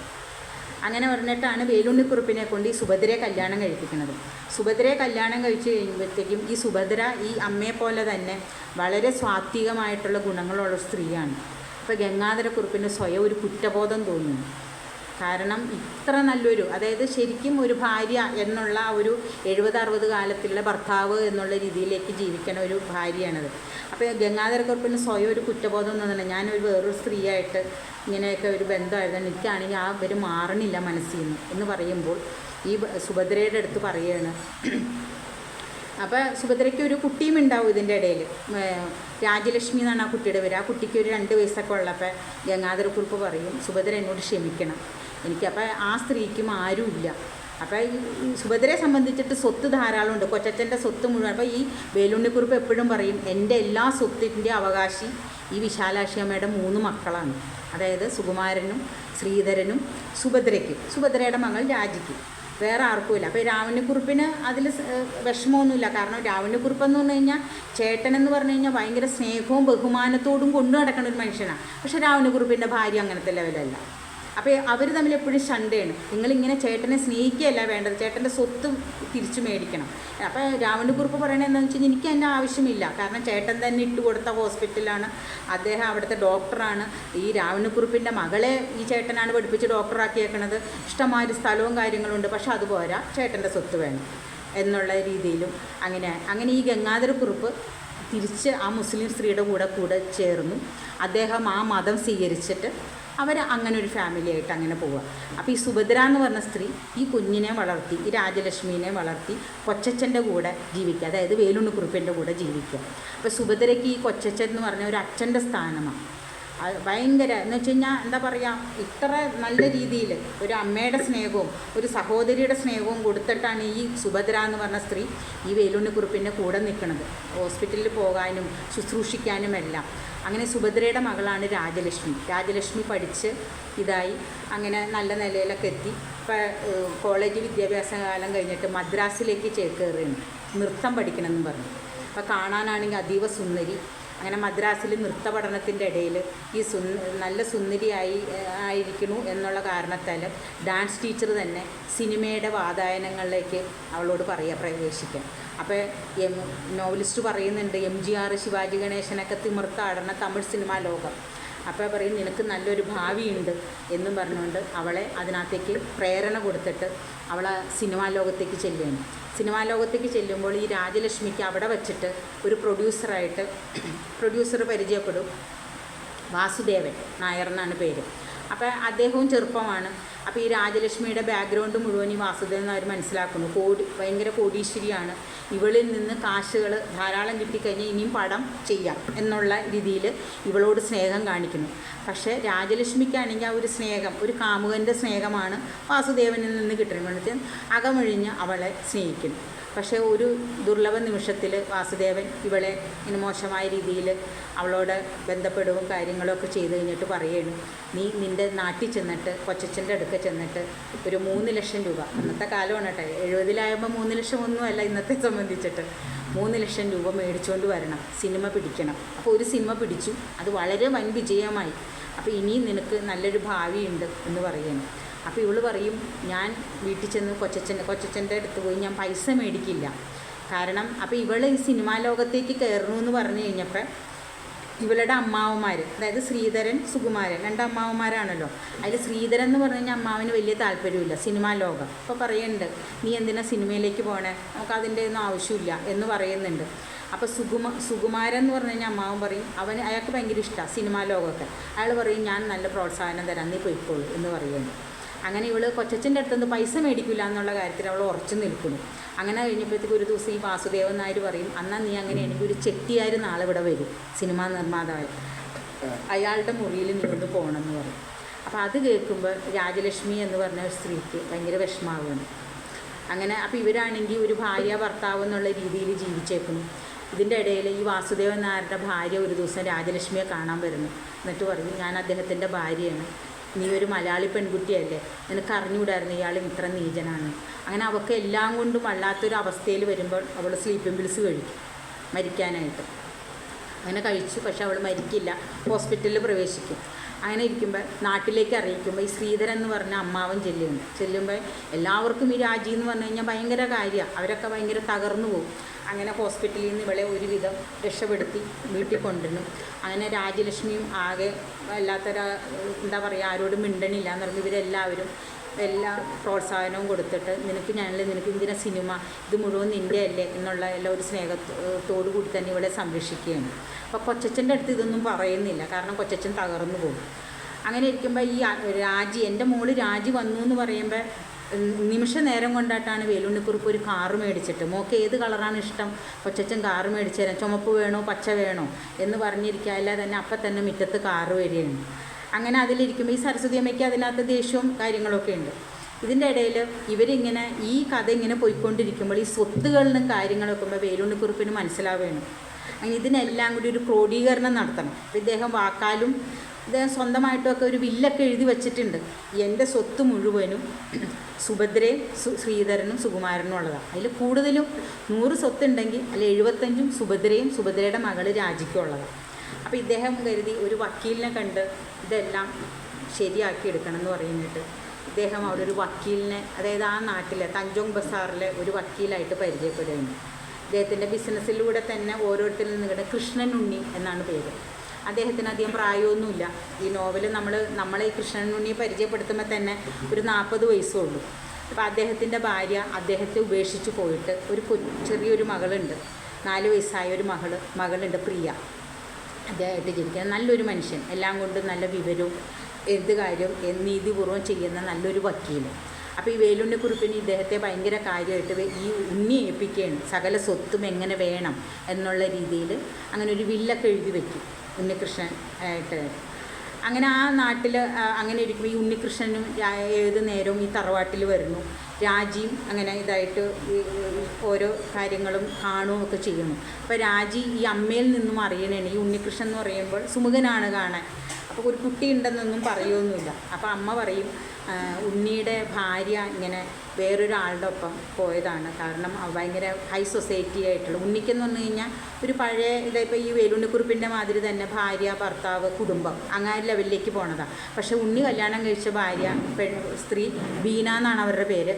അവരൊരു സൊസൈറ്റി ലേഡിയാണ്. ക്ലബ്ബ്, മദ്യപാനം അങ്ങനെ ഇതായിട്ടൊക്കെ നടക്കുക. അപ്പോൾ ആദ്യമൊക്കെ ഉണ്ണി പറഞ്ഞു നോക്കും, ഇങ്ങനെയൊന്നും പാടില്ല, നിനക്കൊരു മകളുള്ളതല്ലേ എന്ന് പറഞ്ഞു നോക്കി കഴിയുമ്പോൾ പക്ഷെ അത് കേൾക്കുന്നില്ല. അങ്ങനെ അവൾ ഒരു ദിവസം ഒരു കാമുകൻ്റെ ഒപ്പം ഇങ്ങനെ വല്ലാത്ത രീതിയിൽ ഉണ്ണി കാണുമ്പോൾ ഉണ്ണി പറയും, നിന്നെ എനിക്കിനി സ്വീകരിക്കാനായിട്ട് ബുദ്ധിമുട്ടുണ്ട് എന്ന് പറയുമ്പോൾ അവൾ സ്വമേധയായി ഇറങ്ങിപ്പോവുക.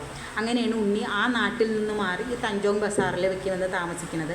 വേലുണ്ണിക്കുറുപ്പായിട്ടും ശ്രീധരൻ മേനോനായിട്ടും, അതായത് ഈ വേലുണ്ണിക്കുറുപ്പിൻ്റെ വിശാലക്ഷമ്മയുടെ മകൻ, അവരുടെയൊക്കെ ബിസിനസ് കാര്യത്തിലൊക്കെ എല്ലാവർക്കും, അതായത് ഇവരുടെ എല്ലാം ഒരു നീതിമാനാണ്. ഈ ഒരു വിലാസിനി അവകാശ പത്രികയിൽ തന്നെ ഇത് പറയുമ്പോൾ നിരൂപണം നടത്തി കഴിഞ്ഞപ്പോൾ ഇത് വായിച്ച ഒരു വ്യക്തി പറഞ്ഞു എന്നാണ് പറയണത്, ഇത് MK മേനോനെ ഈ കഥ ഒരു മഹാഭാരതത്തോട് ഉപമിക്കാം. കാരണം അതിൽ മഹാഭാരത യുദ്ധത്തിൽ നീതിയും ന്യായവും നടത്താനായിട്ട് ഭഗവാൻ ശ്രീകൃഷ്ണൻ വരുന്നുണ്ട്. അപ്പോൾ ആ ശ്രീകൃഷ്ണനോട് ഉപമിക്കാം കൃഷ്ണനുണ്ണിയെ. വേലുണ്ണിക്കുറുപ്പിനെ ഭീഷ്മാചാര്യനോട് ഉപമിക്കാം. പക്ഷേ ഭീഷ്മാചാര്യൻ എന്ന് പറയുമ്പോഴത്തേക്കും അവിടെ എല്ലാം ന്യായമായിരുന്നു. വേലുണ്ണിക്കുറുപ്പ് അങ്ങനെ ചെയ്തിട്ടില്ല. വേലുണ്ണിക്കുറുപ്പിന് സ്വയം അറിയാം, ഞാനിതെല്ലാം പിടിച്ചു മേടിച്ച് സ്വത്തുണ്ടാക്കിയേക്കണതാണ്, ശരിയായ രീതിയിലല്ല. ശരിയായ രീതിയിൽ പോയിട്ട് രക്ഷപ്പെടില്ല എന്ന് കാണുമ്പോൾ അക്രമത്തിലൂടെയും കൊള്ളക്കടത്തിലൂടെയും കൂടി അതിൻ്റെ ഇടയിൽ എതിരെ വന്നവർ മാറാത്തവരെ കൊന്നിട്ട് വരെ അദ്ദേഹം മുന്നോട്ട് കയറി പോയേക്കണേണ്.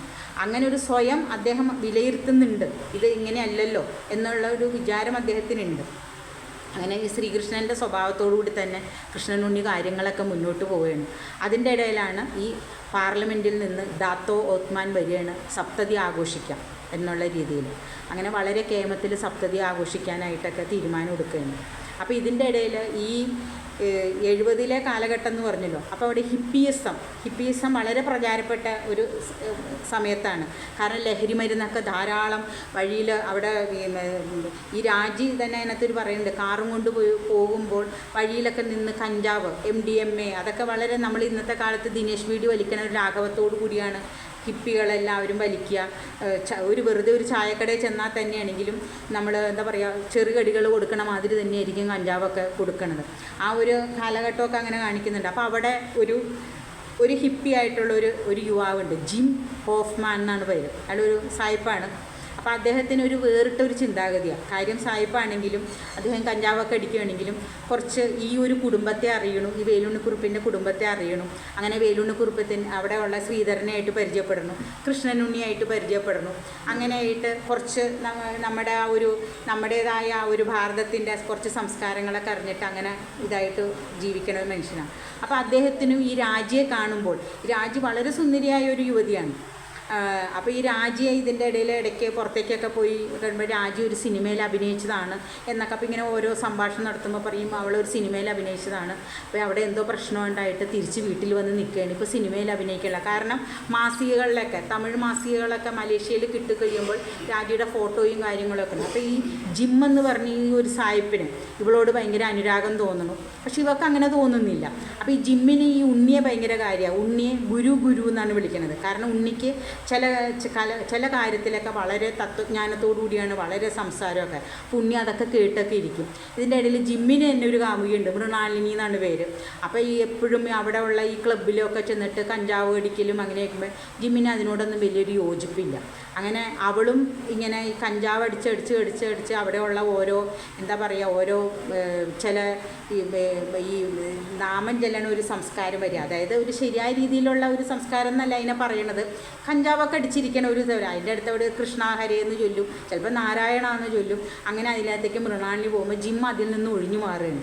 പക്ഷെ ജിമ്മിന് ഈ രാജുവോട് സ്നേഹം ഉണ്ടാവുന്നു, പക്ഷെ രാജിക്കതില്ല. രാജിക്ക് അങ്ങനെ ജിമ്മിനെ അങ്ങനെയൊന്നും കാണാനൊന്നും സാധിക്കുന്നില്ല. പിന്നെ അതിൻ്റെ ഇടയിൽ തന്നെ ഈ സുകുമാരൻ്റെ, ഇപ്പോൾ ശ്രീധരൻ സുകുമാരൻ, ഇപ്പോൾ ശ്രീധരൻ്റെ 2 മക്കളുണ്ട്, രവി വത്സല. പിന്നെ സുകുമാരനൊരു മകനുണ്ട് സുരേഷ്. അപ്പോൾ ഇവരൊക്കെ പിള്ളേരുടെ ഗ്യാങ്ങുണ്ട്. ഇവരെല്ലാവരും ഇപ്പം നമ്മുടെ ഇന്നത്തെ തലമുറയിലെ കുട്ടികൾ ലുലു മാളിൽ പോണ ഇതിലോടുകൂടിയാണ് ഇവർ ക്ലബ്ബിൽ പോയിട്ട് കഞ്ചാവ് അടിക്കലും കാര്യങ്ങളൊക്കെ. അങ്ങനെ ഇവരെല്ലാവരും ഭയങ്കര ഇങ്ങനെ കുത്തഴിഞ്ഞ മാതിരിയുള്ള ഇത് ചെയ്യുമ്പോൾ അതിൻ്റെ ഇടയിൽ ഈ ശ്രീധരൻ്റെ മകൻ രവി, അതായത് ശ്രീധരൻ എന്ന് പറഞ്ഞ വിശാലാക്ഷിയമ്മയുടെ മൂത്ത മകൻ ശ്രീധരൻ്റെ മകൻ രവി ഈ ഒരു കഞ്ചാവ് ക്ലബ്ബിൽ വെച്ചിട്ട് കഞ്ചാവ് അടിച്ച് ഭയങ്കര പേക്കൂത്ത് നടന്നു കഴിയുമ്പോൾ ശ്രീധരൻ്റെ അനിയൻ സുകുമാരൻ്റെ മകൻ രവി അങ്ങനെയുണ്ട്. അപ്പോൾ ശ്രീധരൻ്റെ മകൻ സുകുമാരൻ്റെ മകൾ രമണി എന്ന് പറഞ്ഞിട്ട് കഞ്ചാവിൻ്റെ ആ ലഹരിയിൽ ഇവളായിട്ട് ഒരു വല്ലാത്തൊരു ബന്ധം ഇതായിട്ട് വരുന്നിട്ട് അവൾ ഈ രമണി എന്ന് പറഞ്ഞ കുട്ടി ഗർഭിണിയാവുകയാണ്. സ്വന്തം അച്ഛൻ്റെ അനിയൻ്റെ ഇതാണ്. പക്ഷെ ആ കഥ അതിനകത്ത് കൊണ്ടുപോകുമ്പോൾ ഇവരെല്ലാവരും അറിയണതാണ്. അറിഞ്ഞു കഴിയുമ്പോഴത്തേക്കും ഈ ഗർഭം അലസിപ്പിക്കണം. ഇങ്ങനെ ആകുമ്പോൾ അത് മോശമല്ലേ, അവളുടെ കൂടെ തന്നെ നിൽക്കണം എന്നുള്ള രീതിയിൽ. അപ്പോൾ കഞ്ചാവിൻ്റെ ലഹരി രവിക്കും ഇത് അറിഞ്ഞുകൂടാ, ഇതെപ്പോൾ സംഭവിച്ചു, ഇതെങ്ങനെയാണെന്നുള്ളത് രമണിക്കും അറിഞ്ഞുകൂടാ. അപ്പോൾ ഇത് എടുത്തു പറയാൻ കാരണം ഈ ഒരു കഞ്ചാവും അങ്ങനെയൊക്കെയുള്ള ആ ഒരു കാലഘട്ടവും ഇതിൻ്റെ ഇടയിൽ പോകുന്നുണ്ട്. അതിൻ്റെ ഇടയിൽ ഈ വേലുണ്ണിക്കുറുപ്പിൻ്റെ കുടുംബവും ഇങ്ങനെ പോകുന്നുണ്ട്. അതാണ് ഞാനിവിടെ, അത് നോവലിൽ തന്നെ നമുക്കത് വായിക്കുമ്പോൾ മനസ്സിലാവും. അപ്പോൾ എന്നിട്ട് ഈ രമണിയുടെ ഈ ഗർഭം എങ്ങനെ ഇതാവണം എന്ന് പറഞ്ഞ് എന്ത് ചെയ്യുമെന്ന് പറയുമ്പോൾ ഈ സുകുമാരൻ വേഗം ഈ രാവണിക്കുറുപ്പിൻ്റെ, അതായത് ഭാര്യ രാവണിക്കുറുപ്പിനോട് പറയും, കൊച്ചച്ഛൻ ഡോക്ടറല്ലേ, എൻ്റെ മോളെ രക്ഷിക്കണം എന്നിങ്ങനെ പറയുമ്പോൾ ഈ രാവണിക്കുറുപ്പിൻ്റെ സങ്കടവും പറയും, ഞാനുണ്ട്, നിൻ്റെ മോളെ ഞാൻ രക്ഷിച്ചു തരാം എന്ന് പറയുമ്പോൾ സരസ്വതി അമ്മ അത് കേൾക്കുകയാണ്. സരസ്വതി അമ്മ പറയും, നിങ്ങളത് ചെയ്യാൻ പോണതിന് മുമ്പ് നിങ്ങൾ പറയണം. അപ്പോൾ ഈ മലേഷ്യയിലെ ഏക്കർ കണക്കിനുള്ളൊരു ഭൂമിയുടെ പേരാണ് പുലാവുന്നൂറി എന്നാണ് ആ ഭൂമിയുടെ പേര്. അപ്പോൾ അത് പാർലമെൻറ്റ് തന്നെ അവിടെ മന്ത്രിമാർ തന്നെ ആ സ്ഥലം നോക്കിയിട്ടിരിക്കുക വലിയൊരു വ്യവസായം നടത്തണം എന്നുള്ളത്. അപ്പോൾ ഈ സരസ്വതിയമ്മ പറയണത് ആ സ്ഥലം അവരുടെ മകൻ ബാസിക്ക് കൊടുക്കണം എന്ന് പറഞ്ഞിട്ടാണ് സംഘർഷം ചെയ്യണത്. അപ്പോൾ ഭർത്താവിനോട് പറഞ്ഞു കൊടുക്കും, ഈ കുട്ടിയെ ഇങ്ങനെ ചെയ്യണതിന് പ്രതിഫലമായിട്ട് നിങ്ങൾ ആ സ്ഥലം ചോദിക്കണം എന്ന് പറയും.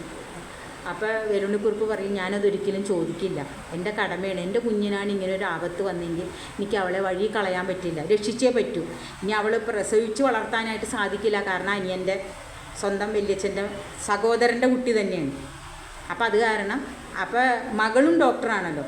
അപ്പോൾ സരസ്വതിയമ്മ പറയും, എന്നാൽ നിങ്ങൾ ചെയ്യണ്ട, ഞാൻ എൻ്റെ മോളെ കൊണ്ട് ചെയ്യിക്കാമെന്ന് പറയുമ്പോൾ ഈ മോളുടെ ഭർത്താവ് കരുണൻ എന്നാണ് അദ്ദേഹത്തിൻ്റെ പേര്. അപ്പോൾ ഈ കരുണൻ ഈ വേലുണ്ണിക്കുറുപ്പിൻ്റെ പെങ്ങളുടെ മക്കളാണെന്ന് ഞാൻ പറഞ്ഞിട്ടുണ്ടല്ലോ, ഗംഗാധരക്കുറുപ്പ്, കരുണൻ, മിനി. അപ്പോൾ ഈ കരുണൻ കുറേ നാളായിട്ട്, വർഷങ്ങളായിട്ട്, ഒരു 10-30 വർഷത്തോളമായിട്ട് 10-30 വർഷത്തോളമായിട്ട് ഈ വേലുണ്ണിക്കുറുപ്പിനെ കാണാനായിട്ടൊന്നും പോകുന്നില്ല. അപ്പോൾ അതെന്താ കാരണം എന്ന് വെച്ച് കഴിഞ്ഞാൽ, ഈ വേലുണ്ണിക്കുറുപ്പ് മലേഷ്യയിൽ വന്നു കഴിഞ്ഞപ്പോൾ പെങ്ങളുടെ മക്കളെയൊക്കെ ഇങ്ങോട്ട് കൊണ്ടുവന്നുല്ലോ.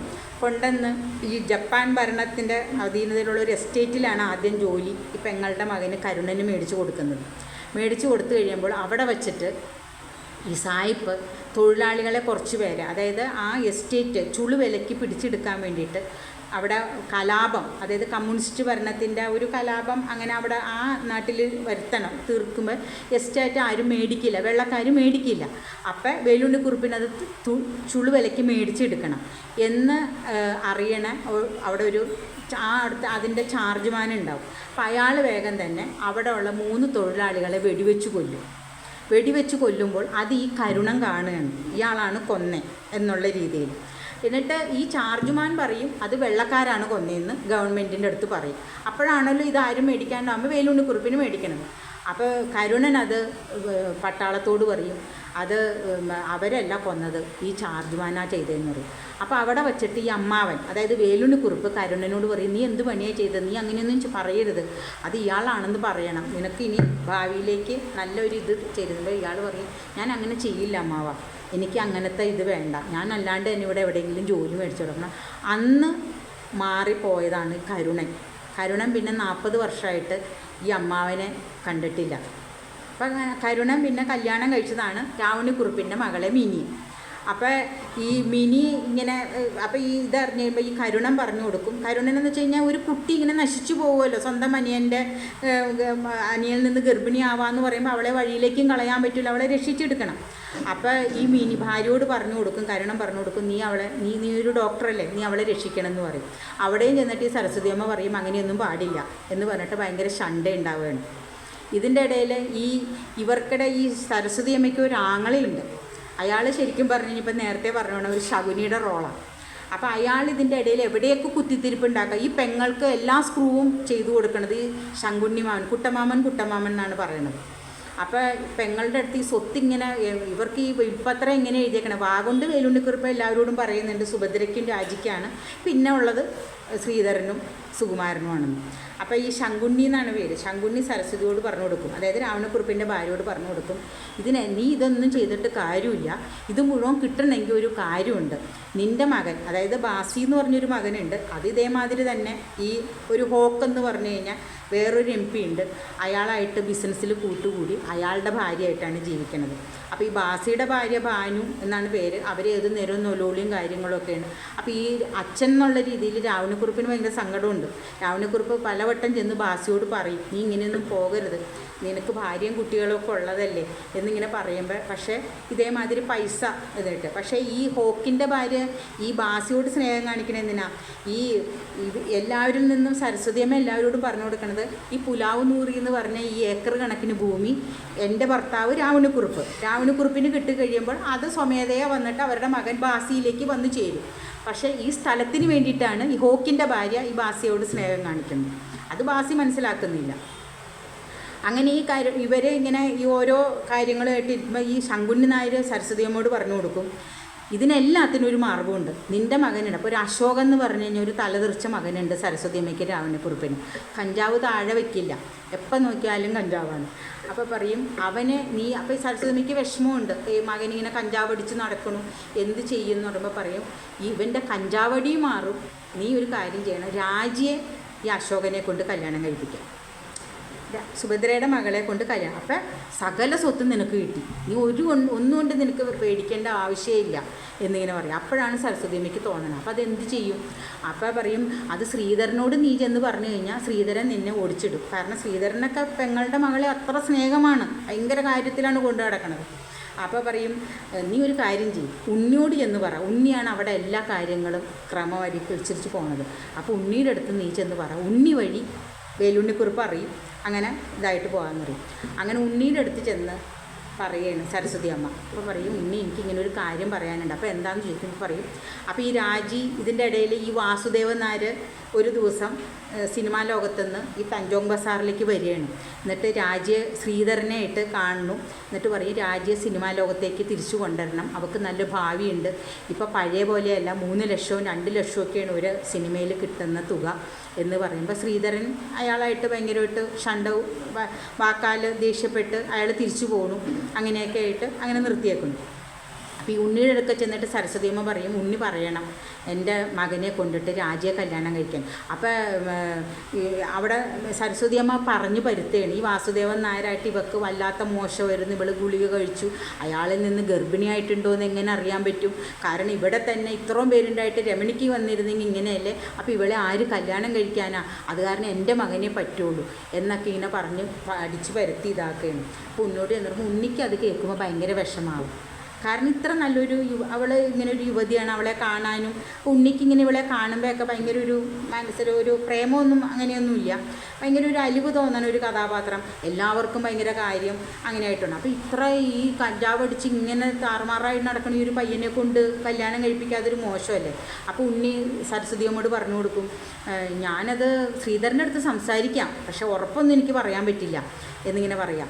അങ്ങനെ ഉണ്ണി ചെന്നിട്ട് ശ്രീധരനോട് പറയുകയാണ്, ശ്രീധര ഇങ്ങനെ സരസ്വതിയമ്മ ഇങ്ങനെ പറഞ്ഞിട്ടുണ്ടെന്ന് പറയുമ്പോൾ ശ്രീധരൻ ഉണ്ണിയെ ഭയങ്കര വഴക്ക് പറയുന്നു. ഉണ്ണിക്ക് അങ്ങനെ തോന്നി ഇത് വന്ന് പറയാം, ഞങ്ങളുടെ കുടുംബത്തിൽ ഇങ്ങനെ ഇതല്ലേ എന്ന് ഇങ്ങനെ ഓരോ കാര്യങ്ങൾ പറയാം. ഇതിൻ്റെ ഇടയിൽ അപ്പോൾ ഇതും കൈവിട്ട് പോയി എന്ന് പറയുമ്പോൾ ശങ്കുണ്ണി നായർ വേറെ എന്തെങ്കിലും മാർഗമുണ്ടോ എന്നുള്ള ഒരു കുടില ബുദ്ധിയോടുകൂടിയാണ് ശങ്കുണ്ണി നായർ ഇങ്ങനെ ഓരോ ഇത് ചെയ്യണത്. അങ്ങനെ ഇരിക്കുമ്പോഴാണ് ഉണ്ണിക്ക് ഈ ഒരു കാര്യം സരസ്വതിയമ്മ പറയുമ്പോൾ ആ നിമിഷം തുടങ്ങി ഉണ്ണിയുടെ മനസ്സിൽ രാജിയെ കാണുമ്പോൾ അദ്ദേഹത്തിൻ്റെ ഭാര്യ ഓർമ്മ വരും. അപ്പോൾ അതുവരെ ഈ ഉണ്ണിക്ക് ഈ രാജിയോട് ഒരു ഇതുമില്ല. എന്താ പറയുക, അദ്ദേഹം തന്നെ പറഞ്ഞിട്ടുണ്ട്, ഞാൻ എൻ്റെ ഒരു നല്ല പ്രായത്തിൽ കല്യാണം കഴിച്ചിരുന്നെങ്കിൽ എൻ്റെ മകളാവാനുള്ള 20 വയസ്സുള്ളൂ രാജിക്ക്. ഉണ്ണി എന്ന് പറഞ്ഞ വ്യക്തിക്ക് 42 വയസ്സാണ് കഥയിൽ പറയുന്നത്. അപ്പോൾ എൻ്റെ ഒരു മകളോ അല്ലെങ്കിൽ മരുമകളോ ആകാനുള്ള പ്രായമുള്ളതുണ്ട്. പക്ഷേ ആ നിമിഷം തുടങ്ങി ഈ രാജിയെ കാണുമ്പോൾ ഇയാളുടെ ഭാര്യ ഓർമ്മ വരും. അപ്പോൾ ഉണ്ണി സ്വയം വിശകലനം ചെയ്യുന്നുണ്ട്, അതങ്ങനെ പാടില്ലല്ലോ, രാജിയെ കാണുമ്പോൾ മാത്രം എന്തിനാ എൻ്റെ ഭാര്യ പിന്നെ ഓർമ്മ വരണേന്ന്. അങ്ങനെ ഇരിക്കുമ്പോൾ രാജി നൃത്തം പഠിക്കണേണ്. അപ്പോൾ ഒരു ദിവസം ഈ ഉണ്ണിയുടെ മകൾ രാജിയുടെ നൃത്തം കാണുന്നു. അപ്പോൾ ഈ ഉണ്ണിയുടെ മകൾ ചെറിയ കുട്ടിയാണ്. അപ്പോൾ അവൾ പറയും, എന്നെ രാജി ആൻറ്റി നൃത്തം പഠിപ്പിക്കണം എന്ന് പറയും. അപ്പോൾ എല്ലാവരും പറയും, നീ ഇങ്ങനെ വെറുതെ ഇരിക്കരുത്, ആ കുട്ടി നൃത്തം പഠിപ്പിക്കുമെന്ന് പറഞ്ഞിട്ട് നൃത്തം പഠിപ്പിക്കാനായിട്ട് രാജി ഉണ്ണിയുടെ വീട്ടിൽ ചെല്ലണം. ഈ കുട്ടിക്ക് ഭയങ്കര സ്നേഹമാവുകയാണ് രാജിയോട്. പിന്നെ ഈ കുട്ടി ശരിക്കും രാജിയെ ഒരു അമ്മയെ പോലെയാണ്, ഉടുപ്പിടിപ്പിക്കാനും കുളിപ്പിക്കാനും അങ്ങനെ രാജിക്കും അങ്ങനെ ആ ഒരു സാഹചര്യങ്ങൾ കൊണ്ട് ഈ കുട്ടിയോട് വളരെയധികം അടുപ്പം വരികയാണ്.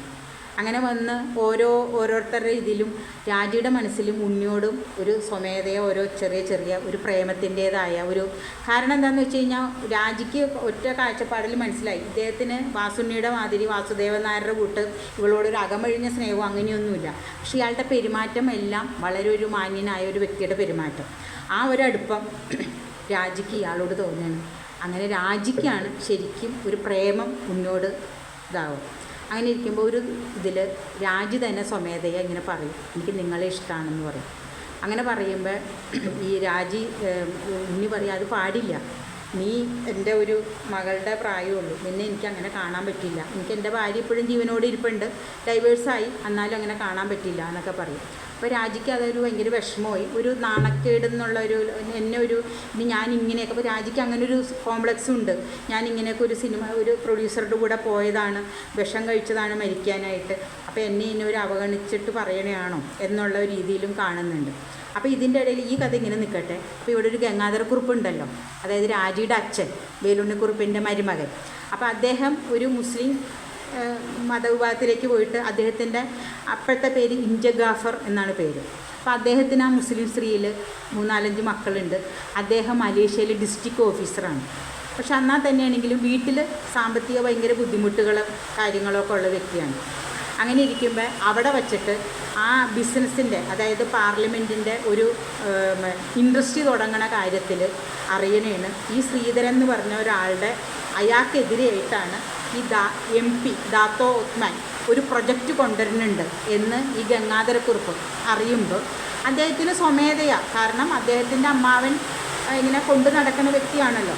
അപ്പോൾ അതിൽ ഇവർ രക്ഷിക്കണം, ശ്രീധരനെ രക്ഷിക്കണം എന്നുള്ള രീതിയിൽ തിരിച്ച് വേലുണ്ണിക്കുറുപ്പിൻ്റെ വീട്ടിൽ കയറി വരാൻ പറ്റില്ല. അപ്പോൾ അദ്ദേഹം സ്വയം കരുതി ഇതിന് ഏറ്റവും നല്ല മാർഗം ഈ കൃഷ്ണനുണ്ണിയെ കാണാം എന്ന് എഴുതിയിട്ട് ഈ ഗംഗാധരക്കുറുപ്പ്, ഈ ഇഞ്ചഗാഫർ അയാൾ വന്ന് കൃഷ്ണനുണ്ണിയെ കാണണു. അങ്ങനെ കൃഷ്ണനുണ്ണിയായിട്ട് മനസ്സിലാവും. പക്ഷെ കൃഷ്ണനുണ്ണിക്ക് അറിയാം ഇത് രാജിയുടെ അച്ഛനാണ് എന്നറിയാം. അങ്ങനെ അവിടെ വച്ചിട്ട് ഒരു ദിവസം കൃഷ്ണനുണ്ണിയുടെ വീട്ടിൽ വച്ചിട്ട് ഈ മകളെ ഇഞ്ചഗാഫർ ഒരു 18 വർഷങ്ങൾക്ക് ശേഷം ആദ്യമായിട്ട് കാണുമ്പോൾ ഒരു അച്ഛൻ മകളെന്നുള്ള രീതിയിൽ അയാൾക്ക് ഭയങ്കര ഒരു സന്തോഷവും സങ്കടവും എല്ലാം വരും. അപ്പം മകളോട് പറയും, നിനക്ക് എന്നെ മനസ്സിലായോ, നിൻ്റെ അച്ഛനാണ് ഞാൻ എന്നിങ്ങനെ പറയും. അപ്പോൾ അവൾക്ക് എന്താണെന്ന് വെച്ച് കഴിഞ്ഞാൽ അച്ഛൻ അവൾക്കറിയാം അമ്മയെ ഉപേക്ഷിച്ചിട്ട് അച്ഛൻ പോയേക്കണേണ്, അച്ഛനൊരു മുസ്ലിം സ്ത്രീയായിട്ട് കല്യാണം കഴിച്ച് അതിൽ മക്കളുണ്ടെന്നൊക്കെ രാജിക്കറിയാം. പക്ഷെ അമ്മ എപ്പോഴും അച്ഛനെ നല്ലതായിട്ടാണ് പറയണത്. അപ്പോൾ ആ ഒരു വികാരം തന്നെയാണ് രാജിക്ക് ഇപ്പോഴും അച്ഛനോടുള്ളത്. അപ്പോൾ രാജിക്ക് ഇഷ്ടമാവുകയാണ്. അങ്ങനെ അപ്പോൾ ചോദിക്കും, നീ ഇവിടെ വരാറുണ്ടോ എന്ന് ചോദിക്കുമ്പോൾ പറയും, ഞാൻ ഈ കുട്ടിയെ ഡാൻസ് പഠിപ്പിക്കാൻ ഇവിടെ വരാറുണ്ടെന്ന് പറയും.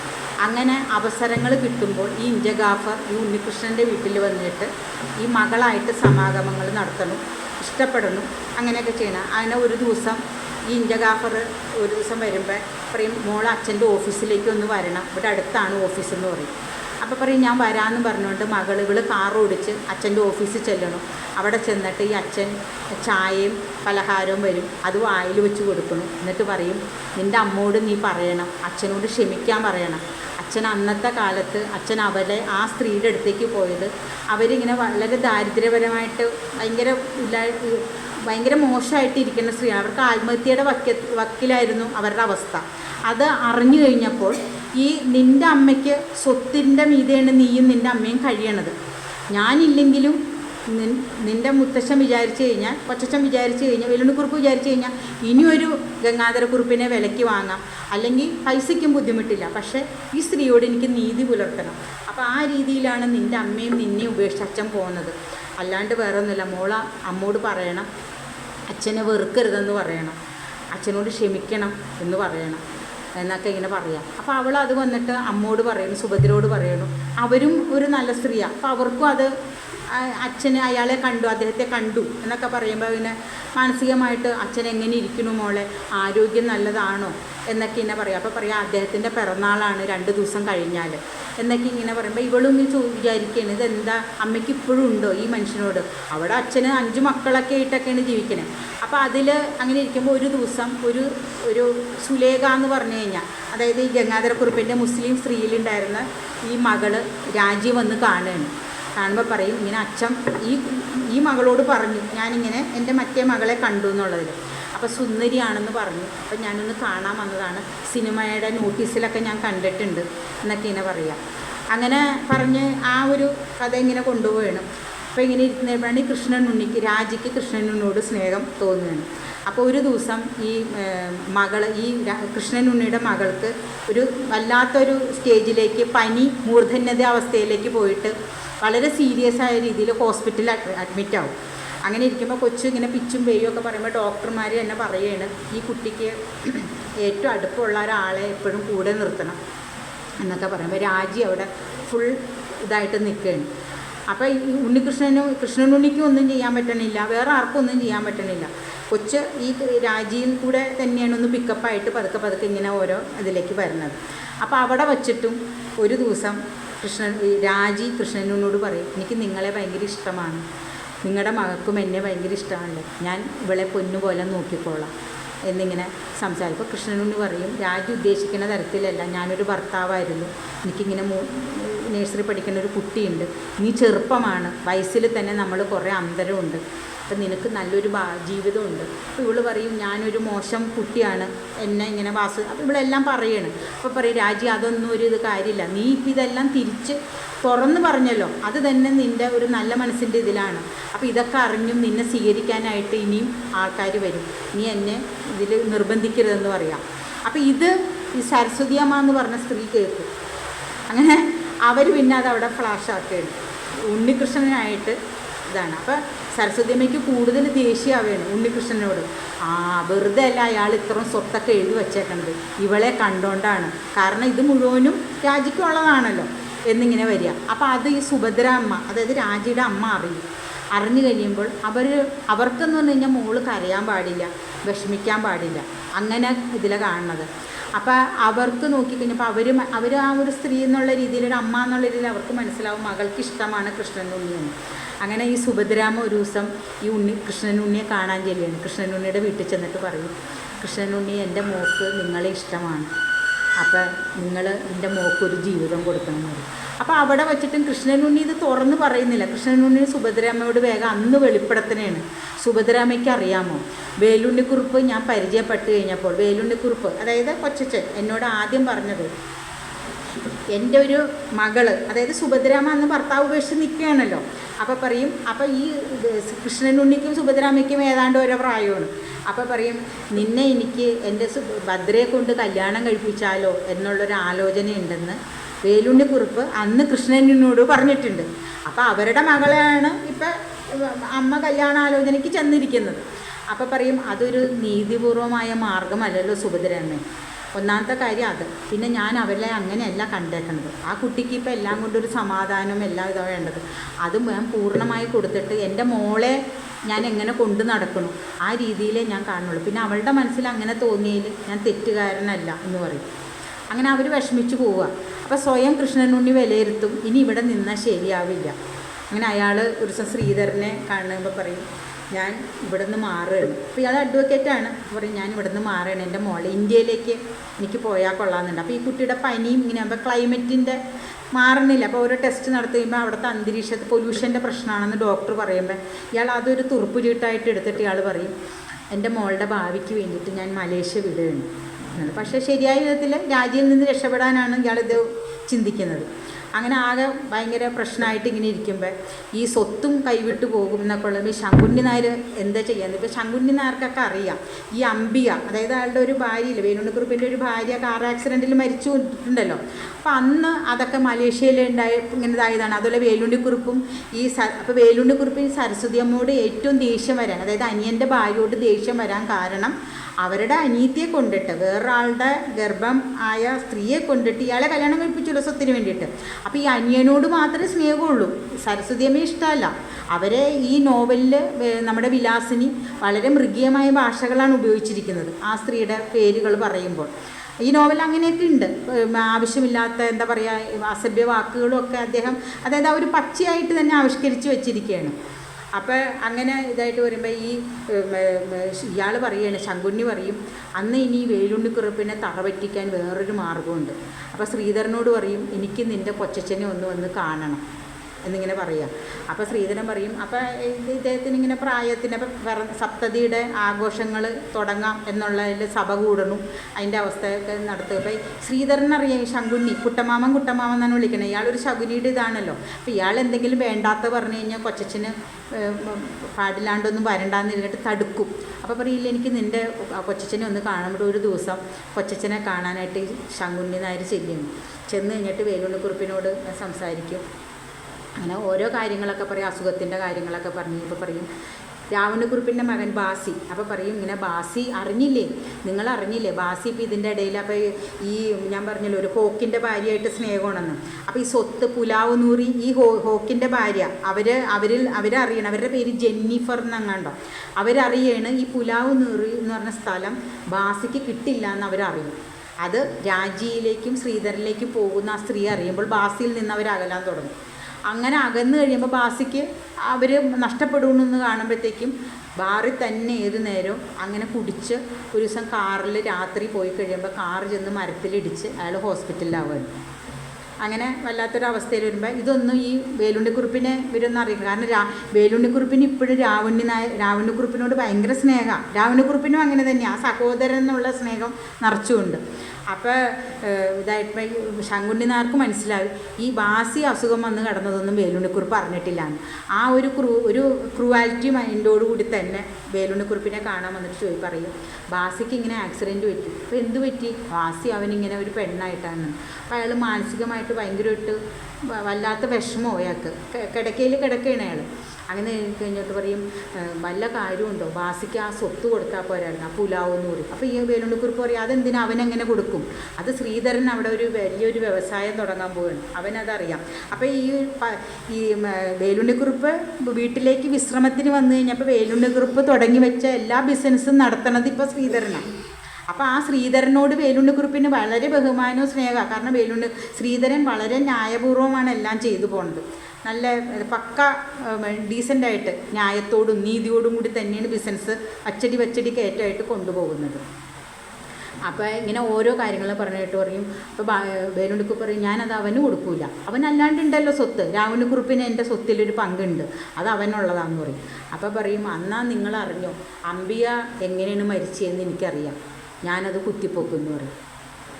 അപ്പോൾ അങ്ങനെ ഒരു വാക്ക് കേൾക്കുമ്പോൾ വേലുണ്ണിക്കുറുപ്പ് പെട്ടെന്ന് പതറുകയാണ്. വല്ലാത്തൊരു, നമ്മളത് നല്ലോണം വർണ്ണിക്കുന്നുണ്ട് നോവലിസ്റ്റ്, വല്ലാത്തൊരു ഇതിന് ഫിക്സ് വന്ന മാതിരത്തെ ഒരു അവസ്ഥയിലേക്ക് പോകുന്നു. അപ്പോൾ ഇത് കാണുമ്പോൾ ശങ്കുണ്ണി നായർക്ക് ഭയങ്കര സന്തോഷമായി.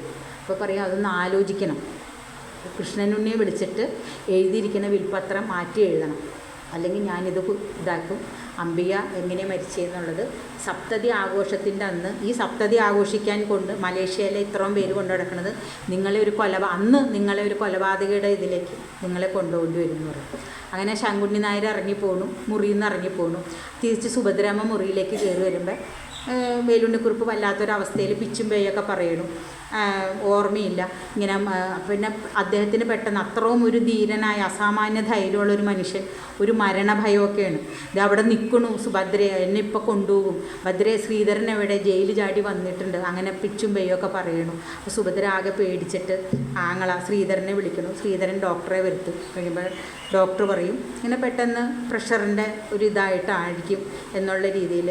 അങ്ങനെ അതോടുകൂടി വേലുണ്ണിക്കുറുപ്പ് അവിടെ ഒന്നും കൂടെ ശരീരപരമായിട്ട് തന്നെ വളരെ മോശം അവസ്ഥയിലേക്ക് പോവുകയാണ്.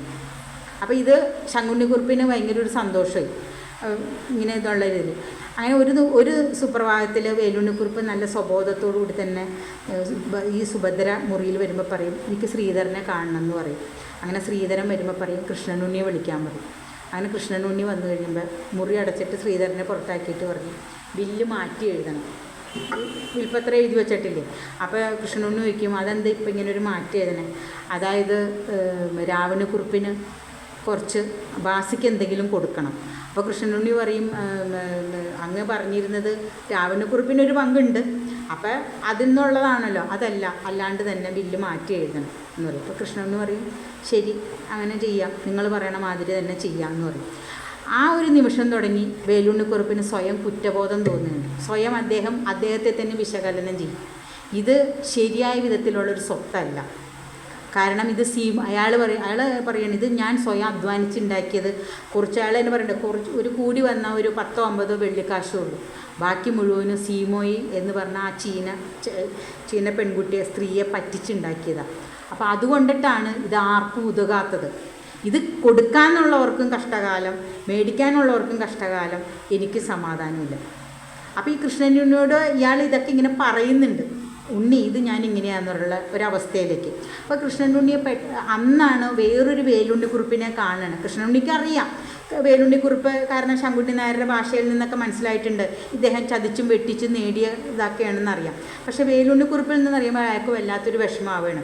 അപ്പോൾ ആ ഒരു പരിസ്ഥിതിയിലാണ് കൃഷ്ണനുണ്ണി ഒരു കരുണൻ എന്ന് പറഞ്ഞൊരു കഥാപാത്രം ഉണ്ടല്ലോ, 40 വർഷമായിട്ട് ഈ അമ്മാവനെ പോയി കാണാത്ത കരുണനെ ഈ കൃഷ്ണനുണ്ണി പോയി കണ്ടിട്ട് കരുണനോട് പറയണം നീ ചെന്ന് അമ്മാവനെ ഒന്ന് കാണണം. അപ്പോൾ പറയും ഞാൻ കാണില്ല അമ്മാവനെ എനിക്ക് അതിൻ്റെ കാണേണ്ട ആവശ്യമൊന്നുമില്ല എന്ന് പറയും.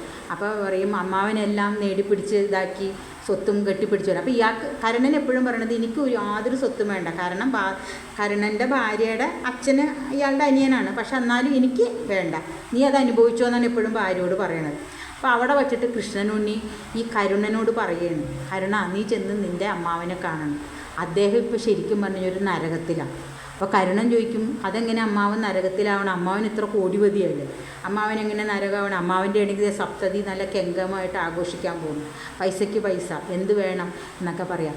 അപ്പോഴാണ് കൃഷ്ണനുണ്ണി പറഞ്ഞു കൊടുക്കുന്നത് ഇത്രയും സ്വത്തുണ്ടായിട്ട് അതൊരു നേരായ വിധത്തിൽ അത് അയാൾക്ക് സ്വയം ബോധ്യപ്പെട്ടു, ഇത് ഞാൻ കള്ളക്കടത്തിലൂടെയും കൊലപാതകത്തിലൂടെയും നേടിയെടുത്തതാണ് എന്നുള്ള ആ ഒരു തോന്നൽ വരുമല്ലോ.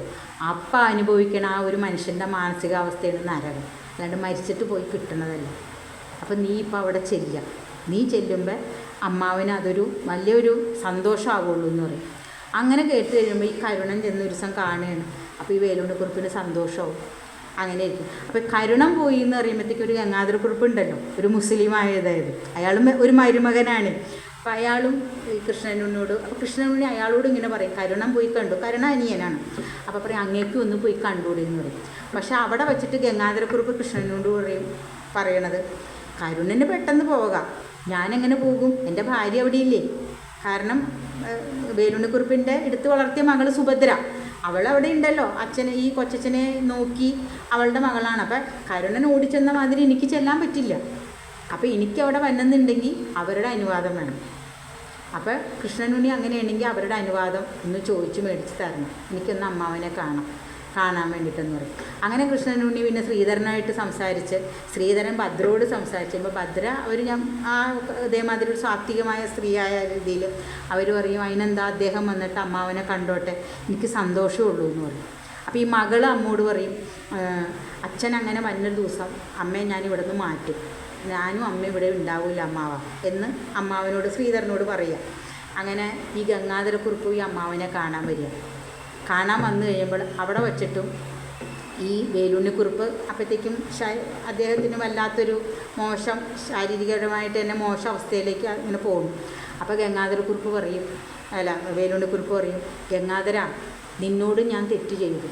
അപ്പോൾ ഗംഗാധരൻ ചോദിക്കും, അതെങ്ങനെ തെറ്റ് ചെയ്തത്? ഞാനല്ലേ തെറ്റ് ചെയ്തത്, കാരണം അത് അങ്ങയുടെ മകളെ, അതായത് മറ്റേ അതിലെ അവളെ ഉപേക്ഷിച്ച് ഞാനല്ലേ പോയെന്ന് പറയുമ്പോൾ പറയും, അതല്ല, നീ ഒരു മുസ്ലിം പെൺകുട്ടിയായിട്ട് ഇഷ്ടമാണെന്ന് അറിഞ്ഞിട്ട് ഞാൻ നമ്മുടെ എന്താണ് മണമേൽ കുടുംബം എന്നാണ് ഭാരതപ്പുഴയുടെ അടുത്തുള്ള മണൽക്കുന്ന് തറവാട് അങ്ങനെ പറയണത്.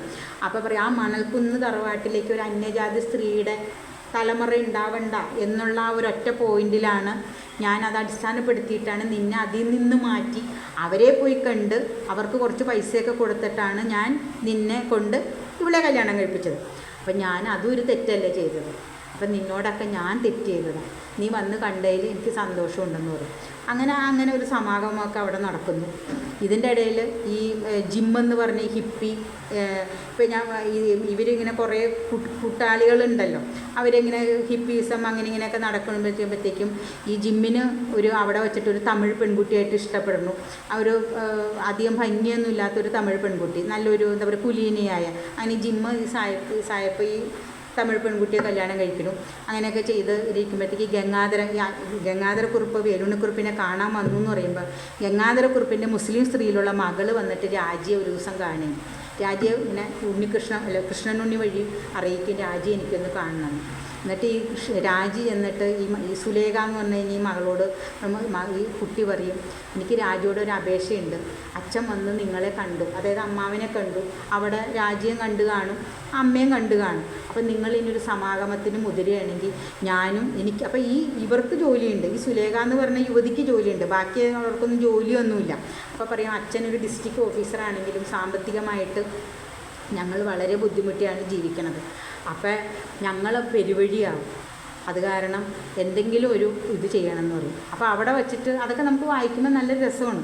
അപ്പോൾ രാജി ഇങ്ങനെ ഇവളെ തന്നെ ഇങ്ങനെ നിർനിമേഷമായിട്ട് നോക്കിയിരിക്കുമ്പോൾ സുലേഖ പറയും, എന്താ രാജി എന്നെ തന്നെ നോക്കണേന്ന് ചോദിക്കുമ്പോൾ പറയും, അല്ല നീ നിൻ്റെ അമ്മയുടെ കാര്യമാണ് പറഞ്ഞത്, നിങ്ങൾ 5 മക്കളുമായിട്ട് എൻ്റെ അമ്മയുടെ വിഷമം നീ അറിഞ്ഞോ എന്ന് ചോദിക്കുകയാണ്. അപ്പോൾ പറയും, എൻ്റെ അമ്മയ്ക്കും ഉണ്ടായിരുന്നൊരു വിഷമം, അന്ന് ഞാൻ തൊട്ടിൽ കിടക്കണം, 28 ദിവസം പ്രായമുള്ള എന്നെ തൊട്ടിൽ ആട്ടിക്കൊണ്ടിരുന്നപ്പോഴാണ് അച്ഛൻ വന്നിട്ട് ഇങ്ങനെ വേറൊരു സ്ത്രീയായിട്ട് ഇഷ്ടമെന്ന് പറഞ്ഞ് പോയത്. അന്ന് അമ്മ എൻ്റെ മൗനമായിട്ട് അമ്മ സമ്മതം തന്നിട്ട് പിന്നെ ആ അവസ്ഥയ്ക്ക് വന്നിട്ടില്ല. അപ്പോൾ എൻ്റെ അമ്മയുടെ വിഷമോ എന്നിങ്ങനെ ചോദിക്കുക. എന്നിട്ട് വേഗം ഇവളുടെ കൈ എടുത്തിട്ട് പറയും, സുലേഖ വിഷമിക്കേണ്ട, ഒരിക്കലും നിൻ്റെ അച്ഛൻ ഞങ്ങളെ സ്വീകരിക്കാൻ വേണ്ടി വന്നാൽ തന്നെയാണെങ്കിലും ഞങ്ങളുടെ വാതിൽ കൊട്ടി അടയ്ക്കുകയുള്ളൂ, അച്ഛൻ നിങ്ങൾക്കുള്ളതാണ്. പിന്നെ അച്ഛൻ എന്നുള്ളൊരു സ്ഥാനം എനിക്ക് എൻ്റെ മനസ്സിലുണ്ട്, എൻ്റെ അമ്മയ്ക്കും ഉണ്ട്, അമ്മയുടെ ഭർത്താവ് എന്നുള്ളത്. അതുമാത്രമല്ലാണ്ട് വേറെ അദ്ദേഹത്തിൻ്റെ പ്രത്യക്ഷവൽക്കരിച്ചിട്ടുള്ള യാതൊരു സ്നേഹവും ഞങ്ങൾക്ക് വേണ്ട എന്നിങ്ങനെ പറയുകയാണ്. അങ്ങനെ ആ ഒരു ഇതിൽ നിൽക്കണം. ഇതിൻ്റെ ഇടയിൽ കൃഷ്ണനുണ്ണിക്ക് ചില ഇങ്ങനെ അവസരങ്ങളിൽ രാജിയോട് ഒരു അനുകമ്പ സ്നേഹമായിട്ട് തോന്നുന്നു. അപ്പോൾ കൃഷ്ണനുണ്ണി സ്വയം വിലയിരുത്തുന്നുണ്ട് പാടില്ല എന്നുള്ളത്. അങ്ങനെ രാജിയുള്ള സന്ദർഭങ്ങളിലൊന്നും കൃഷ്ണനുണ്ണി പ്രത്യക്ഷപ്പെടുന്നില്ല, കാരണം ഇനി ഒരു സീൻ ഉണ്ടാക്കണ്ട എന്നുള്ളത്. പക്ഷേ രാജി ആ ഒരു ചില അവസരങ്ങളിലൊക്കെ തേടി കണ്ടുപിടിച്ച് കൃഷ്ണനുണ്ണിയെ കാണാൻ ശ്രമിക്കുന്നു. അങ്ങനെ ഒരു വല്ലാത്ത അവസരം. അപ്പോൾ കൃഷ്ണനുണ്ണി ഇതിൻ്റെ ഇടയിൽ അങ്ങേരുടെ വേറൊരു സ്വഭാവം, അങ്ങേര് വനം കാട്ടിലേക്ക് ഇങ്ങനെ യാത്ര പോകും. അങ്ങനെ കാട്ടിലേക്ക് പോയി കഴിഞ്ഞ് കഴിഞ്ഞാൽ 3-4 ദിവസമൊക്കെ കഴിഞ്ഞിട്ട് വരുള്ളൂ. അവിടെയൊക്കെ എത്തുമ്പോഴേക്കും അങ്ങേര് എന്തെങ്കിലുമൊക്കെ കവിതയോ അങ്ങനെ എന്തെങ്കിലുമൊക്കെ എഴുതിയോ ആലോചനയൊക്കെ ചെയ്യണതൊക്കെ അങ്ങനെയുള്ളതാണ്. അപ്പോൾ അങ്ങനെയുള്ളൊരു കാലഘട്ടത്തിൽ അങ്ങനെ ഈ രാജി അറിയുമ്പോൾ രാജി കൃഷ്ണനുണ്ണിയോട് പറയുകയാണ്, എനിക്കൊരു ദിവസം കാട്ടിലേക്ക് വരണം എന്ന് പറയും. അപ്പോൾ അവിടെ അന്ന് ജിമ്മും ഉണ്ട്. ഈ ജിമ്മ് ഈ തമിഴത്തി പെൺകുട്ടിയെ ഇഷ്ടപ്പെട്ടു കല്യാണം കഴിക്കുന്നുണ്ട്. അപ്പോൾ ഇവരെല്ലാവരും കൂടി പോകണമെന്ന് പറയുമ്പോൾ രാജി പറയും, ഞാനും നിങ്ങളുടെ കൂടെ വരണം എന്ന് പറയും. അപ്പോൾ ഉണ്ണി പറയും, ഞാൻ കൊണ്ടുപോകില്ല എന്ന് പറയുമ്പോൾ രാജി വേഗം ഈ അമ്മാവനോട് അനുവാദം ചോദിക്കുകയും ഞാൻ പോയിക്കോട്ടെ കൃഷ്ണനുണ്ണി. അപ്പോൾ ഇവർക്ക് എല്ലാവർക്കും കൃഷ്ണനുണ്ണി വളരെ മാന്യനാണ്, അവർക്കറിയാം, അതുമാണ് അയാളുടെ സ്വഭാവം. പക്ഷേ കൃഷ്ണനുണ്ണിയല്ലേ കൊണ്ടുപോകണേ എന്നുള്ളൊരു പറയും, പോയിക്കോളാൻ പറയും. അങ്ങനെ പോകാൻ ആയിട്ട് ഇവരെല്ലാവരും ഒരു ബോട്ട് കടന്ന് വേണം പോകാൻ.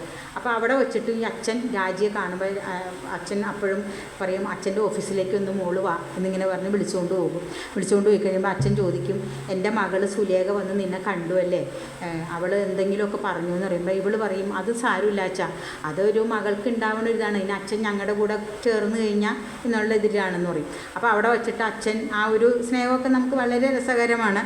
ഒരു ബോക്സ് തുറന്നിട്ട് ഒരു പതക്കം കൊടുത്തിട്ട് മോക്ക് കൊടുക്കുകയാണ്. എന്നിട്ട് പറയും, എൻ്റെ മോക്ക് ഇതാണ് അച്ഛന് തരാനുള്ളൂ, വേറെ ഒന്നുമില്ല, കാരണം അച്ഛന് ഇത്ര മക്കളെ നോക്കണം, എല്ലാം ചെയ്യുകയും വേണം എന്ന് പറയണു. അത് കഴിഞ്ഞപ്പോൾ അപ്പോൾ ആ ബോക്സിൽ തന്നെ ഈ പതക്കത്തിൻ്റെ ഒപ്പം ഒരു മോതിരം. അപ്പോൾ ഇവള് ചോദിക്കും, അച്ഛൻ ഇത് ആരുടെ മോതിരാന്ന് ചോദിക്കുമ്പോൾ പറയും, ഇത് നിൻ്റെ അമ്മ എന്നെ ഇടിച്ച മോതിരാണ്, ഇത് ഞാൻ സൂക്ഷിച്ച് വച്ചേക്കുന്നു എന്നിങ്ങനെ പറയാം. അപ്പോൾ ഇവക്കറിയാം ഇവളുടെ ആ ഒരു അപ്പോൾ ഇവക്കെന്ന് പറഞ്ഞു കഴിഞ്ഞാൽ അച്ഛനോട് സ്നേഹം ഇവളും വിലയിരുത്തുന്നുണ്ട്. കാരണം ഈ നോവലിസ്റ്റ് പറയുന്നുണ്ട്, ഒരു സംഭവം തന്നെ പല കഥാപാത്രങ്ങളുടെ കാഴ്ചപ്പാടിലൂടെ കാണുമ്പോൾ ഉണ്ടാവുന്ന വ്യത്യസ്ത പ്രതികരണമെന്ന് വിലാസിനി പറയുന്നുണ്ട് അവകാശ പത്രികയിൽ. അതേപോലെ തന്നെയാണ്. അപ്പോൾ രാജിക്ക് ഈ അച്ഛൻ്റെ സ്നേഹം രാജി ന്യായീകരിക്കുന്നുണ്ട്. കാരണം എന്താണെന്ന് വെച്ച് കഴിഞ്ഞാൽ രാജിയും ഒരാളെ സ്നേഹിച്ചതാണ്. വാസുദേവൻ എന്ന് പറഞ്ഞ ഒരാളെ സ്നേഹിച്ചു, അയാൾ മാറിക്കഴിഞ്ഞ് കഴിഞ്ഞാൽ അയാൾ നഷ്ടപ്പെട്ടു എന്ന് പറയുമ്പോൾ രാജി വിഷം കഴിക്കുന്നു അല്ലേ, അങ്ങനെ പോകണു. ഇപ്പം രാജിക്ക് ഉണ്ണിയോട് സ്നേഹമുണ്ട്. അപ്പോൾ ഒരു പ്രേമബന്ധം സ്നേഹബന്ധം എന്തെന്നുള്ള ആ ഒരു ഇതിലേക്ക് രാജി ന്യായീകരിക്കുന്നുണ്ട് അച്ഛനെ. അങ്ങനെയായിട്ട് കാട്ടിലേക്ക് പോവുകയാണ്. അപ്പോൾ ഇവിടെ ഈ ഒരു ഇതിൽ ഡേറ്റൊക്കെ ഫിക്സ് ചെയ്തു, സപ്തതി എങ്ങനെ ആഘോഷിക്കണം എന്നുള്ള രീതിയിൽ ഒക്കെ അങ്ങനെ ഇരിക്കുമ്പോൾ ഈ കാട്ടിലേക്ക് രാജി കൃഷ്ണനുണ്ണിയുടെ പോവുകയാണ്. പോയി കാട്ടിൽ അവർ താമസിക്കുന്നു. കൃഷ്ണനുണ്ണിയാണെങ്കിൽ ഇവർക്ക് ഇങ്ങനെ ഒരു കൂടാരമൊക്കെ വെച്ച് കെട്ടി ഇതാകുമ്പോൾ രാജിക്ക് അവിടെയൊക്കെ വെച്ചിട്ട് ഭയങ്കര പ്രേമമാണ് കൃഷ്ണനുണ്ണി മനസ്സിൽ. അല്ലാത്ത അതൊക്കെ ശരിക്കും ചില നേരം ചില പാട്ടുകളൊക്കെ നോവലിസ്റ്റുകൾ നമ്മുടെ പഴയ പാട്ടുകളൊക്കെ ഇതിനകത്ത് ആഡ് ചെയ്തിട്ടുണ്ട്. പണ്ടത്തെ സുശീലാമ്മ പാടുന്ന ഒരു ഇതുണ്ടല്ലോ, സുശീലാമ്മയുടെ ശകുന്തളയിലെ ഒരു പാട്ടൊക്കെ ഇതിനകത്ത് ആഡ് ചെയ്യുന്നുണ്ട്. അപ്പോൾ അങ്ങനെ ഒരു ഇത്തിരി പൈങ്കിളി പ്രേമം മാതിരിയൊക്കെ അതിനകത്ത് കാണിക്കുന്നുണ്ട്. പക്ഷേ കൃഷ്ണനുണ്ണിക്കില്ല കേട്ടോ, വളരെ മാന്യമായിട്ടാണ്. പക്ഷെ അവിടെ വച്ചിട്ടും കൃഷ്ണനുണ്ണിക്ക് മനസ്സ് കൂടുതൽ ഇവളിലേക്ക് അടുത്തു പോകും. ഇവളെ അറിയിക്കണമെന്നില്ല, ഇവളെ അറിയിക്കരുത്, എനിക്ക് ഇവളെ ഇഷ്ടമാണ് എന്നുള്ള വീണയുടെ സ്ഥാനത്ത് ഞാൻ ഇവളെ കാണുന്നുണ്ട് എന്നുള്ളത് ഇവളെ അറിയിക്കരുതെന്നുള്ള അവസരങ്ങളാണെങ്കിലും കൃഷ്ണനുണ്ണിക്ക് ചില സമയം അത് കയ്യിൽ നിന്ന് പോയ ഒരവസ്ഥയാവുന്നു. അങ്ങനെ അതെല്ലാം കഴിഞ്ഞ് സ്നേഹത്തോടെ അവർ തിരിച്ചു വരുമ്പോൾ ഇവർ ബോട്ട് ഇറങ്ങിക്കഴിയുമ്പോൾ ഈ ഇഞ്ചഗാഫർ എന്ന് പറഞ്ഞ വ്യക്തി കാത്തു നിൽക്കുകയാണ്. അപ്പോൾ പറയും, എത്ര ദിവസം, അപ്പോൾ 2 ദിവസത്തേക്ക് ഇവർ പോയിട്ട് 3 ദിവസം എങ്ങാണ്ടൊക്കെ ആയി. അപ്പോൾ അവിടെ വെച്ചിട്ട് ഇവർ വെള്ളം മഴയൊക്കെ പെയ്തിട്ട് ഇവരുടെ ഡ്രസ്സൊക്കെ പോയിട്ട് ഉണ്ണികൃഷ്ണൻ്റെ ഡ്രസ്സും പാൻറ്റ് ഷർട്ടൊക്കെ ഇട്ടിട്ടാണ് രാജി വരുന്നത്. അപ്പോൾ വന്നു കഴിയുമ്പോഴത്തേക്കും ഇതിൻ്റെ ഇടയിൽ ഈ ഇഞ്ചഗാഫർക്കും മനസ്സിലാവും, ഒരു ദിവസം ഇങ്ങനെ ഇവളുടെ മോഹം ഇങ്ങനെ ഇവളെന്തോ ഇങ്ങനെ അച്ഛൻ ഈ പതക്കം കൊടുക്കുമ്പോൾ ഇവൾ കരച്ച് കഴിയുമ്പോഴത്തേക്കും മോൾ എന്തിനാ കരയണേന്ന് ചോദിക്കുമ്പോൾ ഇവൾക്ക് ഇങ്ങനെ പറയണേ, എനിക്കിങ്ങനെ ഉണ്ണിയെ ഇഷ്ടമാണ് അച്ഛനോട് പറയുന്നുണ്ട്. അപ്പോൾ അച്ഛന് മനസ്സിലാവും. അപ്പോൾ അച്ഛൻ അന്ന് ഇവളെ കാത്തു നിൽക്കണത് എന്താണെന്ന് വെച്ച് കഴിഞ്ഞാൽ ഇവരെ കാത്തു നിൽക്കണത് ശ്രീധരനിൽ നിന്ന് ഈ ഗംഗാധരക്കുറുപ്പ് മനസ്സിലായി ഉണ്ണിക്ക് എങ്ങനെ ഇവളോടില്ലാന്ന്. അപ്പോൾ ഇഞ്ചഗാഫർക്ക് മനസ്സിലാവുകയാണ് ഇഞ്ചഗാഫർ എന്ന് പറഞ്ഞാൽ ഗംഗാധരക്കുറുപ്പ് കൃഷ്ണനുണ്ണിയോട് പറഞ്ഞു കഴിഞ്ഞാൽ ചിലപ്പോൾ കൃഷ്ണനുണ്ണി സമ്മതിക്കും എന്നുള്ള ആ ഒരു പോയിന്റ് വെച്ചിട്ടാണ് ഇവരെ കാത്തു നിൽക്കുന്നത്. കാത്തു നിന്ന് പക്ഷേ ആ ഒരു സാഹചര്യത്തിൽ ഇഞ്ചഗാഫർ പറയുന്നില്ല. അങ്ങനെ ഇവളെ വീട്ടിൽ കൊണ്ടുവരാനായിട്ട് വണ്ടി കയറി പകുതി ദൂരം എത്തുമ്പോൾ നിരന്ന് വാഹനങ്ങൾ ഭയങ്കര ബ്ലോക്ക്. ഇപ്പോൾ ഇതെന്താണെന്ന് അറിയണില്ല. അങ്ങനെ ഇവർ ഒരുവിധം മുന്നോട്ട് പോകുമ്പോൾ വെല്ലുണ്ണിക്കുറുപ്പ് മരിച്ചു. അപ്പോൾ ആ വീട്ടിലേക്കുള്ള വഴിയിലെ ഇതാണ്. അങ്ങനെ അവിടെ പിന്നെ നമ്മളെ കണക്ക് വെല്ലുണ്ണിക്കുറുപ്പ് മരിച്ചു, അത്രേ ഉള്ളൂ. അപ്പോൾ അത് കഴിഞ്ഞിട്ട് എന്താ എങ്ങനെയൊന്നും പറയുന്നില്ല. പിന്നീടുള്ള അവസരങ്ങളിലാണ് പറയുന്നത്. ഒരു ദിവസം വേലുണ്ണിക്കുറുപ്പ് ഇതേമാതിരി രാത്രി വല്ലാത്ത പിച്ചും പെയ്യും ഒക്കെ പറഞ്ഞു കണ്ണൊക്കെ ഇങ്ങനെ മറിഞ്ഞു പോയി. അപ്പോൾ സപ്തതി ആഘോഷിക്കാൻ കുറച്ച് ദിവസങ്ങളേ ഉള്ളൂ. അങ്ങനെ ശ്രീധരനും ഡോക്ടറൊക്കെ ഓടി വരുന്നു. വേലുണ്ണിക്കുറുപ്പ് അങ്ങനെ മരിച്ചുപോയി. അപ്പോൾ സരസ്വതി അമ്മ അപ്പോഴത്തേക്കും തുടങ്ങി ഈ മരിച്ച ഹോളിൽ കിടത്തി മന്ത്രിയും കാര്യങ്ങളൊക്കെ കഴിയുമ്പോൾ ഈ രാജ് കയറി വന്ന വേഷം കൃഷ്ണനുണ്ണിയുടെ പാൻറ് ഷർട്ടും ധരിച്ചിട്ടാണ് വന്നത്. അപ്പോൾ പറയും ഇതേ കണ്ടില്ലേ കൃഷ്ണനുണ്ണിയായിട്ട് അങ്ങനെയാണ് മോശമാണ് എന്ന് ഭയങ്കര പ്രശ്നങ്ങളൊക്കെ ആയപ്പോൾ കൃഷ്ണനുണ്ണിക്ക് അവിടെ വച്ചിട്ട് ഈ ഒരു സ്ത്രീയെ, അതായത് രാജി എന്ന് പറഞ്ഞ യുവതീനെ വളരെ മോശമായിട്ട് വ്യാഖ്യാനിക്കപ്പെടണം. അപ്പോൾ ഇനി കൃഷ്ണനുണ്ണി ആ നിമിഷത്തിൽ കൃഷ്ണനുണ്ണിയും കൂടി കൈവിട്ട് കഴിഞ്ഞാൽ രാജിക്ക് ഒരു ഇതില്ല എന്നുള്ളത് മനസ്സിലാവുകയാണ് സ്വമേധയാ. അങ്ങനെ എന്നാലും അയാൾ പറയുന്നില്ല. അപ്പോൾ ഈ മരണമൊക്കെ കഴിഞ്ഞ് കഴിഞ്ഞപ്പോഴത്തേക്ക് രാവണക്കുറുപ്പിനും ആകെ വിഷമമായി, ചേട്ടൻ മരിച്ചു. അപ്പോൾ ഇതെന്നാൽ എല്ലാത്തിനും കൂടി പ്രായച്ചിത്തം. അപ്പോൾ രാവണക്കുറുപ്പിന് ഭാര്യയോടും ദേഷ്യമുണ്ട്, കാരണം ഇവളും കുറേ ഇങ്ങനെയൊക്കെ പറയണല്ലേ. അപ്പോൾ രാമേശ്വരത്തും കാശിയിലും പോയി ചേട്ടൻ്റെ ചിതാഭസ്മം ഒഴുക്കാം, ഇന്ത്യയിലേക്ക് പോകാം എന്നുള്ളതിൽ എല്ലാം അവർ തയ്യാറാവാം. ചേട്ടനും ഒക്കെ ആയിട്ട് പോകാനായിട്ടൊക്കെ തയ്യാറായി കഴിഞ്ഞ് ഇരുന്ന് ടിക്കറ്റൊക്കെ ഓക്കെ ആക്കി ഒരു ദിവസം വൈകുന്നേരം. അപ്പോൾ ഈ രാജി വേഗം ഈ അമ്മാവൻ്റെ അടുത്ത് വന്നിട്ട് ഇങ്ങനെ പറയും. അപ്പോൾ രാജിക്ക് മനസ്സിലായി കൃഷ്ണനുണ്ണി ഇനി എന്നെ സ്വീകരിക്കില്ലാന്ന്. അപ്പോൾ പറയും എനിക്ക് ഇനിയും നൃത്തം പഠിക്കണം, ഞാൻ നൃത്തം പഠിച്ചിട്ട് ഒരു നൃത്ത അധ്യാപികയായിട്ട് എനിക്ക് ഇനി ഉന്നതിയിലേക്ക് വേണം, അപ്പോൾ ഞാൻ മദ്രാസിലേക്ക് പോകണം എന്ന് പറയും. അപ്പോൾ ശ്രീധരൻ പറയാമെന്നാൽ ശരി, അപ്പോൾ ഇനിയിപ്പോൾ ഇവിടെ തറവാട്ടിൽ ആരുമില്ലല്ലോ, അമ്മയെ നീ കൊണ്ടേ മദ്രാസിൽ നിർത്തി നീ അങ്ങനെ ചെയ്തോളൂ എന്ന് പറയും. അങ്ങനെ അവരെല്ലാവരും അങ്ങനെ പോകാനായിട്ടിരിക്കുമ്പോൾ രാവണക്കുറുപ്പ് ഇങ്ങനെ പോകാനായിട്ട് തയ്യാറായി വരുമ്പോഴത്തേക്ക് സരസ്വതി അമ്മ വന്നിട്ട് പറയും ഇങ്ങനെ. അപ്പോൾ ഇതിൻ്റെ ഇടയിൽ അറിയണു ഈ സ്വത്ത് ഇങ്ങനെ മരണപത്രം എഴുതി വെച്ചേക്കണേയാണല്ലോ. അപ്പോൾ ഈ ശങ്കുണ്ണി നായർ വന്നിട്ട് ഈ മരിച്ചു കഴിഞ്ഞിട്ട് ശ്രീധരനോട് ചോദിക്കുമ്പോൾ ശ്രീധരൻ ഇങ്ങനെ പറയാണ് സ്വത്ത് വല്യച്ഛന് എഴുതി വെച്ചിട്ടുണ്ട്, പക്ഷേ ഞാനത് എല്ലാവർക്കുമായിട്ട് ഭാഗം ചെയ്ത് കൊടുക്കുള്ളൂ, മനസ്സിലായോ, അല്ലാണ്ട് ഞാൻ ഒറ്റയ്ക്ക് എടുക്കില്ല കുട്ടമാമ എന്ന് പറയും. അപ്പോൾ അത് വന്ന് സരസ്വതിയോട് ഈ ശങ്കുണ്ണി നായർ പറയുകയാണ്. പറഞ്ഞു കഴിയുമ്പോൾ ഈ സരസ്വതി അമ്മ വേഗം പറയും നിങ്ങൾ ഇങ്ങനെ ഇവിടേക്കൊന്നും പോകാൻ ഞാൻ സമ്മതിക്കില്ല, നിങ്ങൾക്ക് ഞാൻ അനുവാദം തരില്ല, നിങ്ങളാണ് രക്തബന്ധം, വേലുണ്ണിക്കുറുപ്പിൻ്റെ നേർ അനിയനാണ്, അപ്പോൾ രക്തബന്ധം രാവണക്കുറുപ്പിനാണ്, മറ്റവർ വേറൊരാളുടെ ഭാര്യയുടെ മക്കളാണ്, അപ്പം നിങ്ങൾക്ക് തന്നെ ഇത് മുഴുവൻ കിട്ടണം, എന്നിട്ട് നിങ്ങൾ വേണം ശ്രീധരനും രാജിക്കും കൊടുക്കാൻ, അപ്പോൾ ഇത് അനുവദിച്ചില്ലെങ്കിൽ നിങ്ങളെ ഞാൻ വിടില്ല എന്ന് പറഞ്ഞാൽ ഭയങ്കര ശണ്ട ഉണ്ടാക്കുക. അപ്പോൾ ഈ രാവണക്കുറുപ്പിൻ്റെ ഒരു സ്വഭാവമുണ്ട്, സഹോദരനോട് സ്നേഹമുണ്ടെങ്കിലും ഭാര്യയുടെ മുമ്പിൽ ഇയാൾ വളരെ ഒരു നിസ്സഹായ അവസ്ഥയിലാണ് അയാൾ എപ്പോഴും നിൽക്കുള്ളൂ. അപ്പോൾ അയാൾക്ക് ഒന്നും ചെയ്യാൻ പറ്റാത്ത അവസ്ഥയിൽ വരുമ്പോൾ രാവണക്കുറുപ്പ് പറയും ശരി ഞാൻ കാശിയിലേക്കും പോകുന്നില്ല രാമേശ്വരത്തേക്കും പോകുന്നില്ല എന്നിങ്ങനെ പറയും. അപ്പോൾ പറയും നിങ്ങൾ പറയണ ശ്രീധരനോട് സ്വത്ത് രണ്ടാമത് എഴുതിയിട്ട് ഇങ്ങനെ ചെയ്യണമെന്ന് പറയും. അപ്പോൾ രാവണക്കുറുപ്പ് പറയും ഞാൻ അങ്ങനെ പറയില്ല, പക്ഷെ അവൻ തന്ന നീ മേടിച്ചോ എന്നേ പറയുന്നുള്ളൂ, പക്ഷേ സമ്മതിക്കില്ല, കേസിന് പോകാം, നിങ്ങൾ കേസ് പറഞ്ഞാൽ. അപ്പോൾ ശങ്കുണ്ണി നായർ സരസ്വതിയോട് പറഞ്ഞു കൊടുക്കും രാവണക്കുറുപ്പിനെ കൊണ്ട് കേസ് കൊടുത്തു കഴിഞ്ഞാൽ സ്വത്ത് കംപ്ലീറ്റ് രാവണക്കുറുപ്പിനെ കിട്ടുള്ളൂ, രക്തബന്ധമുള്ള കാരണം. അപ്പോൾ അതൊരു വലിയ പോയിൻ്റായിട്ട് രാവണക്കുറുപ്പിനെ കൊണ്ട് സമ്മതിപ്പിച്ചു എന്ന് അറിഞ്ഞു കഴിയുമ്പോൾ ഈ കൂട്ടം ശങ്കുണ്ണി നായർ ശ്രീധരനെ വന്ന് കാണണു, എന്നിട്ട് പറയണു കൊച്ചച്ഛൻ വരില്ല കാശിയിലും രാമേശ്വരത്തേക്കും കേസിന് പോകാൻ പോവുകയാണ്. അപ്പോൾ അവിടെ വല്ലാത്തൊരവസ്ഥയിലേക്ക് കൃഷ്ണനുണ്ണി ശ്രീധരനും ഒക്കെ നിൽക്കുന്നു. അങ്ങനെ ഇവരെല്ലാവരും അപ്പോൾ ഇവർക്ക് എന്നാലും ഈ ചിതാഭസ്മം എടുക്കണമല്ലോ, അങ്ങനെ ഇവർ പോകാനായിട്ട് വണ്ടിയിലേക്ക് കയറുന്നു. രാജിയും വണ്ടിയിലേക്ക് കയറി. അപ്പോൾ ഈ കൊച്ചു ഓടി വരും, ഈ ഉണ്ണികൃഷ്ണൻ ഓടി വന്നു കഴിയുമ്പോൾ ചോദിക്കും രാജി ചേച്ചീനെ എന്നാ വരിക എന്നൊക്കെ ചോദിക്കുമ്പോൾ പറയും ഞാൻ വരാം എന്നൊക്കെ എന്നെ പറയുകയാണ്. അങ്ങനെ അപ്പോൾ അതിൻ്റെ ഇടയിൽ ഈ രമണി എന്ന് പറഞ്ഞ ആ ഒരു സ്നേഹബന്ധം ഉണ്ടായിരുന്ന അവളും ഇതാര് പഠിക്കാൻ പോയി. എല്ലാവരും ഒരുവിധം എന്താ പറയുക സ്വഭാവങ്ങളൊക്കെ വ്യത്യാസപ്പെടുത്തി ഓരോരോ ഇതാക്കിയായി. അപ്പോൾ ശ്രീധരനും ഭയങ്കര സങ്കടമായി, ഇങ്ങനെ ഇയാളുടെ സ്വത്തിന് വേണ്ടിയിട്ട് കേസ് പറയുക എന്നൊക്കെ പറഞ്ഞതിൽ. അങ്ങനെ ഇവരെല്ലാവരും വണ്ടി കയറിപ്പോയി. രാജിയാണ് ലാസ്റ്റ് വീടും കൂട്ടി രാജി ഇറങ്ങണേണ്. അപ്പോൾ ഈ ഒരു അമ്മാവനുണ്ട്, സുകുമാരൻ എന്ന് പറഞ്ഞ അമ്മാവനുണ്ട്. അങ്ങനെ രാജി വാതിൽ കൂട്ടി ഇറങ്ങുമ്പോൾ ഉണ്ണി വരികയാണ്. ഉണ്ണി പ്രിയ ഇവരുടെ കൂടെ പോകുന്നുണ്ട്, എയർപോർട്ട് വരെ പ്രിയ പോകുന്നുണ്ട്. അപ്പോൾ തിരിച്ച് പ്രിയയെ വിളിക്കാൻ വേണ്ടിയിട്ട് ഉണ്ണി കൂടെ നിൽക്കുമ്പോൾ രാജി ഇങ്ങനെ കാറിലേക്ക് കയറാനായിട്ട് പോയി കഴിയുമ്പോൾ ഉണ്ണി ഇങ്ങനെ പറഞ്ഞു, രാജി തിരിച്ചു വരണം എന്ന് പറയും. അപ്പോൾ ഇവൾ തിരിഞ്ഞ് ചോദിക്കും, ഞാൻ എന്തിനു തിരിച്ചു? അപ്പോൾ ഇങ്ങനെ അറിയണു രാജി ഇനി വരില്ല, എപ്പോഴും മദ്രാസിൽ സെറ്റിൽ ചെയ്യാൻ പോണേന്ന് ഉണ്ണികൃഷ്ണൻ അറിയണു. അപ്പോൾ പറയും, രാജി തിരിച്ചു വരണം, രാജിയെ കാത്തിരിക്കാനായിട്ട് ഞാനിവിടെ ഉണ്ടെന്ന് പറയും. അപ്പോൾ അത് കേൾക്കുമ്പോൾ രാജിക്ക് ഭയങ്കര ആ ഒരു പ്രേമം തുടങ്ങി സ്വീകരിക്കാമെന്നുള്ളത്. അങ്ങനെ രാജി ഓടി വന്നു. പിന്നെ അവൾ ഇറങ്ങിയ സ്റ്റെപ്പുകൾ ഇറങ്ങി താഴെ കാറിലേക്ക് പോകാനായിട്ട് ഇറങ്ങിയപ്പോഴാണ് പുറകിൽ നിന്ന് കൃഷ്ണനുണ്ണി ഈ ഒരു വർത്തമാനം പറയണത്, കാത്തിരിക്കാൻ ഞാനിവിടെ ഉണ്ടാവും എന്ന് പറയുമ്പോൾ രാജി വേഗം തിരിച്ച് സ്റ്റെപ്പുകൾ കയറുകയാണ്. അതോടുകൂടി ഈ കഥ ഇവിടെ തീരുകയാണ്. ഞാൻ എൻ്റെ മനസ്സിൽ ശിരസ, കാരണം ആ ഒരു വലിയൊരു നോവലിസ്റ്റിനെ മനസ്സിൽ ശിരസ നമിച്ചുകൊണ്ട് ഞാൻ സാഷ്ടാംഗം പ്രണമിച്ചുകൊണ്ട് ഞാൻ പറയണു. തെറ്റുകൾ വന്നിട്ടുണ്ടോ എന്ന് എനിക്കറിയില്ല. പരമാവധി ഞാൻ ആ ഒരു കഥ ഇവിടെ പറഞ്ഞു എന്നാണ് എൻ്റെ ഒരു ചെറിയ ഓർമ്മ. ചില വിഷയങ്ങൾ ഞാൻ വിട്ടുപോയിട്ടുണ്ടാവും, അതെല്ലാം നിങ്ങൾ സദയം ക്ഷമിക്കണം. എന്നെ ഇത്രയും നേരം ഇവിടെ കേട്ടിരുന്ന എല്ലാവർക്കും എൻ്റെ നന്ദിയുണ്ട്. പിന്നെ എനിക്ക് ഇങ്ങനെ ഒരു അവസരം തന്ന ഈ പണ്ഡിറ്റ് കറുപ്പൻ വായനശാല ഭാരവാഹികളോടും ഞാൻ അകമഴിഞ്ഞ് എൻ്റെ നന്ദി രേഖപ്പെടുത്തുന്നു. ഇതിൻ്റെ തെറ്റുകുറ്റങ്ങൾ എനിക്കിനി പറഞ്ഞു തരണം, എന്നാൽ മാത്രമേ എനിക്ക് ഇനി ഒരു അവസരത്തിന് ഞാൻ മുതിരുള്ളൂ. കാരണം വായന എന്ന് പറഞ്ഞു കഴിഞ്ഞാൽ എനിക്ക് ഭയങ്കര ഇഷ്ടമാണ്. ഞാനൊരു ഇപ്പോൾ വിലാസിന് പറഞ്ഞോണം തന്നെ ഇതൊരു സാഹസമാണ് ഞാൻ ചെയ്തത്. പക്ഷേ എനിക്ക് തോന്നി ഇത് ഞാൻ പണ്ട് പ്രീ ഡിഗ്രിക്ക് പഠിച്ചിരുന്നപ്പോൾ വായിച്ചിട്ടുണ്ട്, പിന്നീട് ഞാനിതിരുന്ന് വായിക്കുകയാണ് ചെയ്തത്. മിക്ക കഥാപാത്രങ്ങൾ ഇതിനകത്ത് വന്നു എന്നാണ് എൻ്റെ ഒരു ഓർമ്മ. ഇത് വായിച്ചവർക്ക് ആർക്കെങ്കിലും ഇത് വിട്ടുപോയിട്ടുണ്ടെങ്കിൽ അതെന്നോട് ക്ഷമിച്ചുകൊണ്ട് ഞാൻ നിർത്തുന്നു. നന്ദി, നമസ്കാരം.